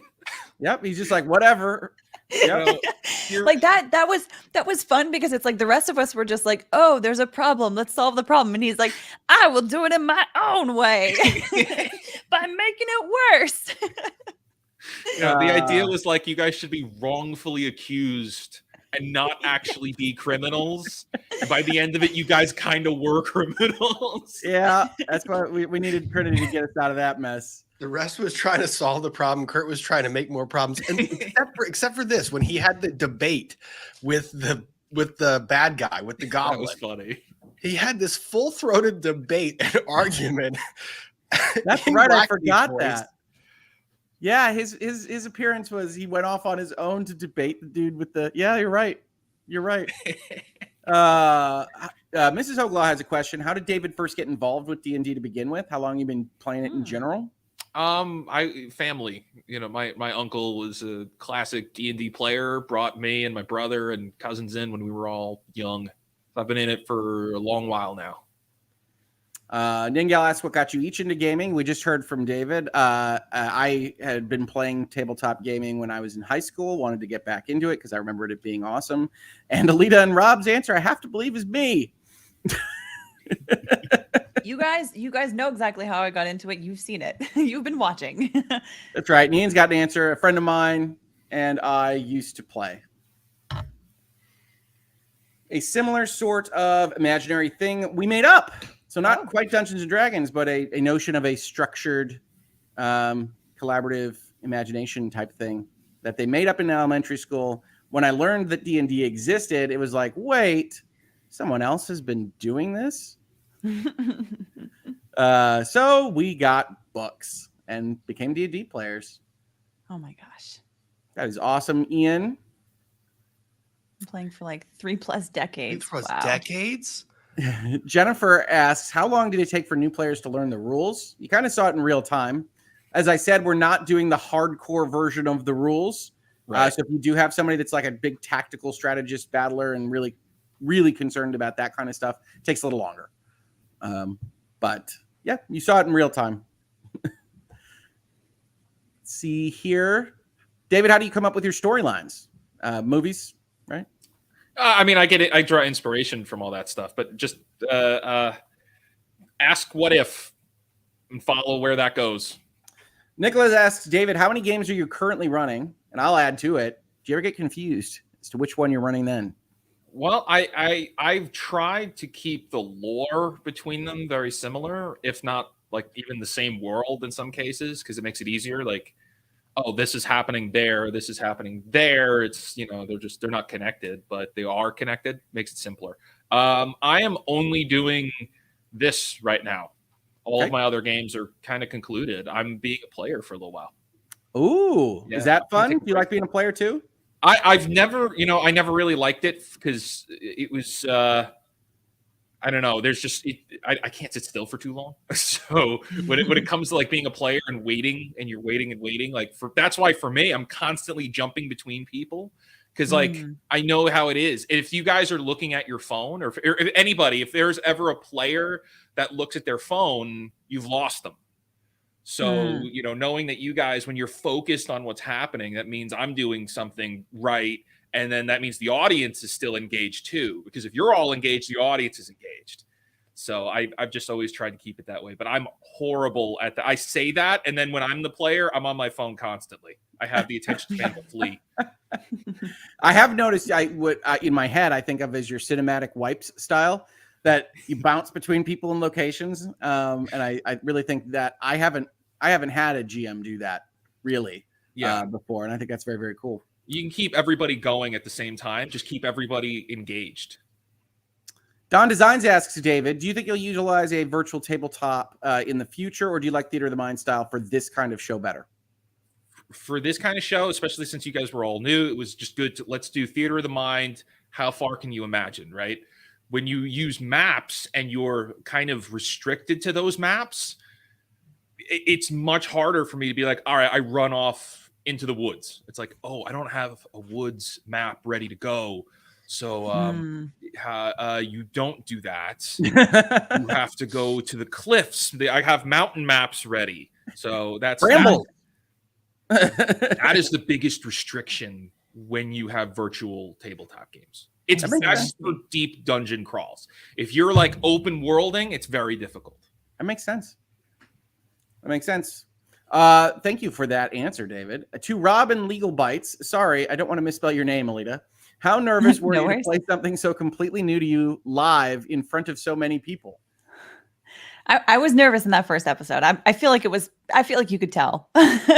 but yeah, I mean, it's like I said before, having people around me that were very, very supportive and very comforting, with that, and kind of gave me space to sort of like figure out what I can do creatively was so helpful. So you guys put me at ease like almost instantly. Yeah, same. I mean, extremely nervous, but within like 5 to 10 minutes, I'm already just comfortable, and you realize, like, you forget about the numbers and you realize you're just playing with people that are friends. All right, and I'm going to start shortening these people and jumping ahead if I think that it's already been covered, because we are at the 5-minute warning.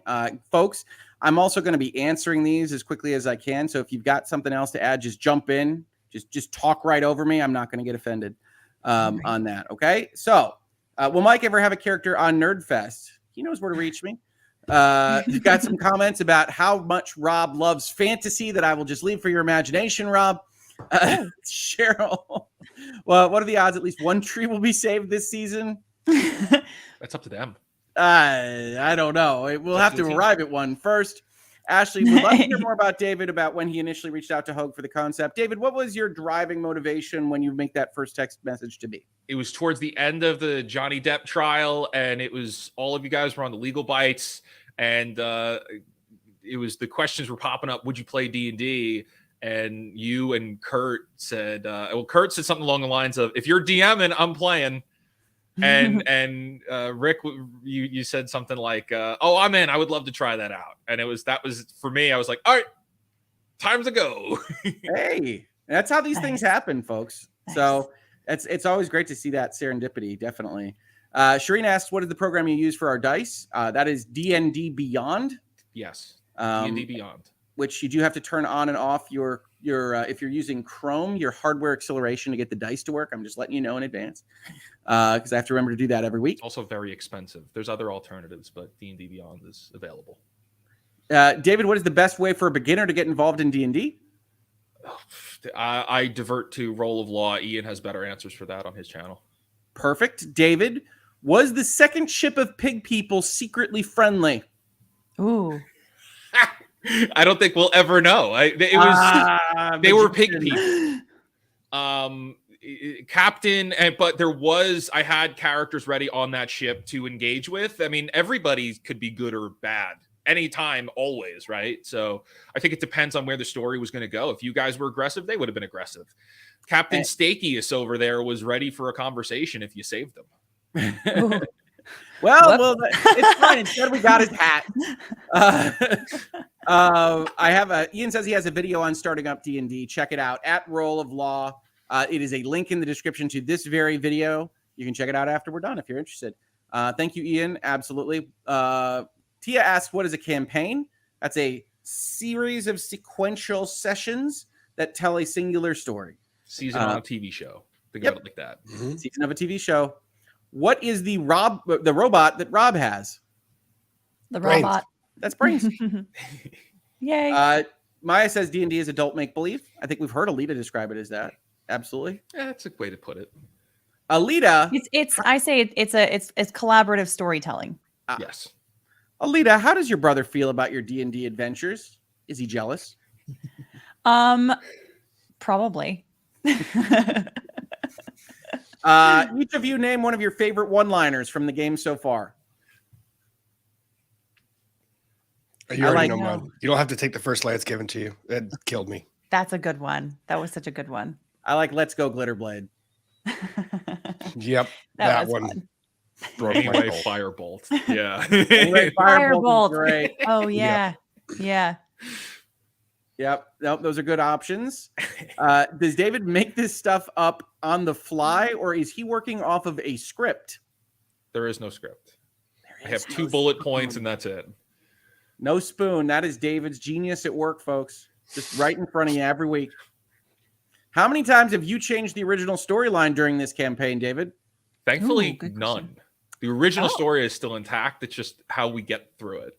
But Even when nothing has Ian changed. showed up from the hospital halfway through an episode? No, we're still on track. It's just something has happened and you weren't there. Okay. You know, Okay. It didn't really divert too much, which is David, great. we're going to need a name, says Elizabeth. Which of the player characters has derailed more of your plans this year? Oh, I don't think any of them have really derailed anything. Which I'm very happy about. Everything has been like really on point. That, you know, no derailing has happened. I'll put it that way. All right, folks, we're going to get through a lot of these, but we're going to go really quick now. And then we're going to wrap up because 2 hours is a good length for this episode. So if I didn't get to your question, I do apologize. Since this has been popular, we might do another Talking Dragons, I would guess, after the end of the season, where we can talk a little bit more without worrying about spoilers and things, most definitely. So I'm going to go through a few more. Robin, Alyte, do you have any physical dice yet? Yes, 3 sets. No. I think I'm the only one without them, but I should get some. How influential is the chat on the decisions you make in the game for the players and the DM? Those Sometimes I polls. look at it. Chat is really hard to keep track of when you're the DM because you have everything going in your head. You're managing all of the expectations of the players, and then you're managing all the expectations of chat. So I actually have people from the Prototopics team watching chat and like sending me DMs of things that chat wants to see because I can't. I will say some of Lima's one-liners have been influenced by the chat that she comes up with. Like I think actually Let's Go Glitterblade. Like someone had talked about like Ghostblade and glitter or something, like, you know, like what seeing people like talking about this. Hi, hello. You know, seeing people like making funny comments like that. Sometimes like it'll sort of trigger something for me and be like, oh, that's a good idea, you know, and then sort of like build on it a little bit. So I do enjoy like the banter that the chat gives, and the different creative ideas that they give. Okay, I'm hooked. What game platform do I need to buy to play with my kids who are all over the country? So we use StreamYard. StreamYard is secretly one of the best pieces of software to have a conference call with. I've used it for that a number of times. Yeah. So you could use it yourself without broadcasting anywhere, just to communicate a game like this. And then, as David said, D&D Beyond is very helpful in terms of managing your character sheets and things like that. Yeah, Discord too, like Ian's saying here. Discord's great. You just need the books. There's a lot of resources for making characters. Do that if price is an issue, because D&D Beyond's super expensive. You got to do some research on it, but there is a lot of ways you can get everything set up for very little. Mm-hmm. Alyte, this one's for you. Are you hoping for great things from the X-Men cartoon reboot? I am cautiously optimistic. How about that? Ningal asks a separate but related question to the favorite guest. Is there a favorite guest narrative that you liked, a favorite storyline from that? And certainly I really enjoyed the somewhat Thor Star-Lord comparisons between Nobody and Nate. I think that the fact that that's been a running meme for all of the characters has been just so much fun, because I know that someone can instantly like bring up Nate the fighter in a storyline, and it'll instantly get like a reaction between the characters. Mm-hmm. All right. I agree. I really like that one. Rob, did you have a favorite? I liked Emily playing the lawyer. Like the fact that she fit into that role and played the defense attorney was just a fun experience. Yep. Your Honor, this is highly irregular. Yes, exactly. Yeah, you talk about lines. I think Emily had one that was something along the lines of, darn well the procedure, you can't ask a witness about to divulge a wish or something like that. It's like, It's pretty solid. She just invented a law that totally makes sense for this context. Mm-hmm. Like, she's doing well. That was also the episode where I randomly threw a crayon across the courtroom. Yes. You did. Ian says, I really liked Emily coming in. Also, Gimlet would totally recommend her as a lawyer to the other Feagles, who I am sure would keep her in business. All right, folks. I think that's a great place to end it on. Dancing Beagle asks, could have skipped like 6 weeks of GM and just allowed nobody to follow the turtles in like the second show. Perhaps. Ian, I'm going to take you off screen, but you're still going to have your logo here. So just everybody, folks, do send up prayers, thoughts for Ian. We want him to feel better. We want him to get the rest that he needs. But otherwise, we hope that you enjoyed a little behind the scenes take on Lawyers and Dragons. Thank you so much to David at Prototopics, who has all that great content we've talked about. And is honestly, his head's just going to get too big from all the nice things we said. So we're going to keep that short. Rob at Law and Lumber, thank you so much. Seeing you with brains all day and a gaming dino on your shirt. Just fantastic stuff. Alyte, really awesome insights into your arc through all of this. Thank you so much for coming on and talking. And Ian, I know you can hear me. Don't try to type. Don't try to add anything. We love you, man. Feel better. And we're looking forward to getting back on track with the plot as soon as possible. But first and foremost, get that rest that you need. Feel better, man. Everybody that is in chat, thank you so much for joining us. And I hope you have a wonderful weekend and as good a Saturday as I'm going to have at 7:44 p.m. Everybody, see you next week on Lawyers and Dragons and have an absolutely great one.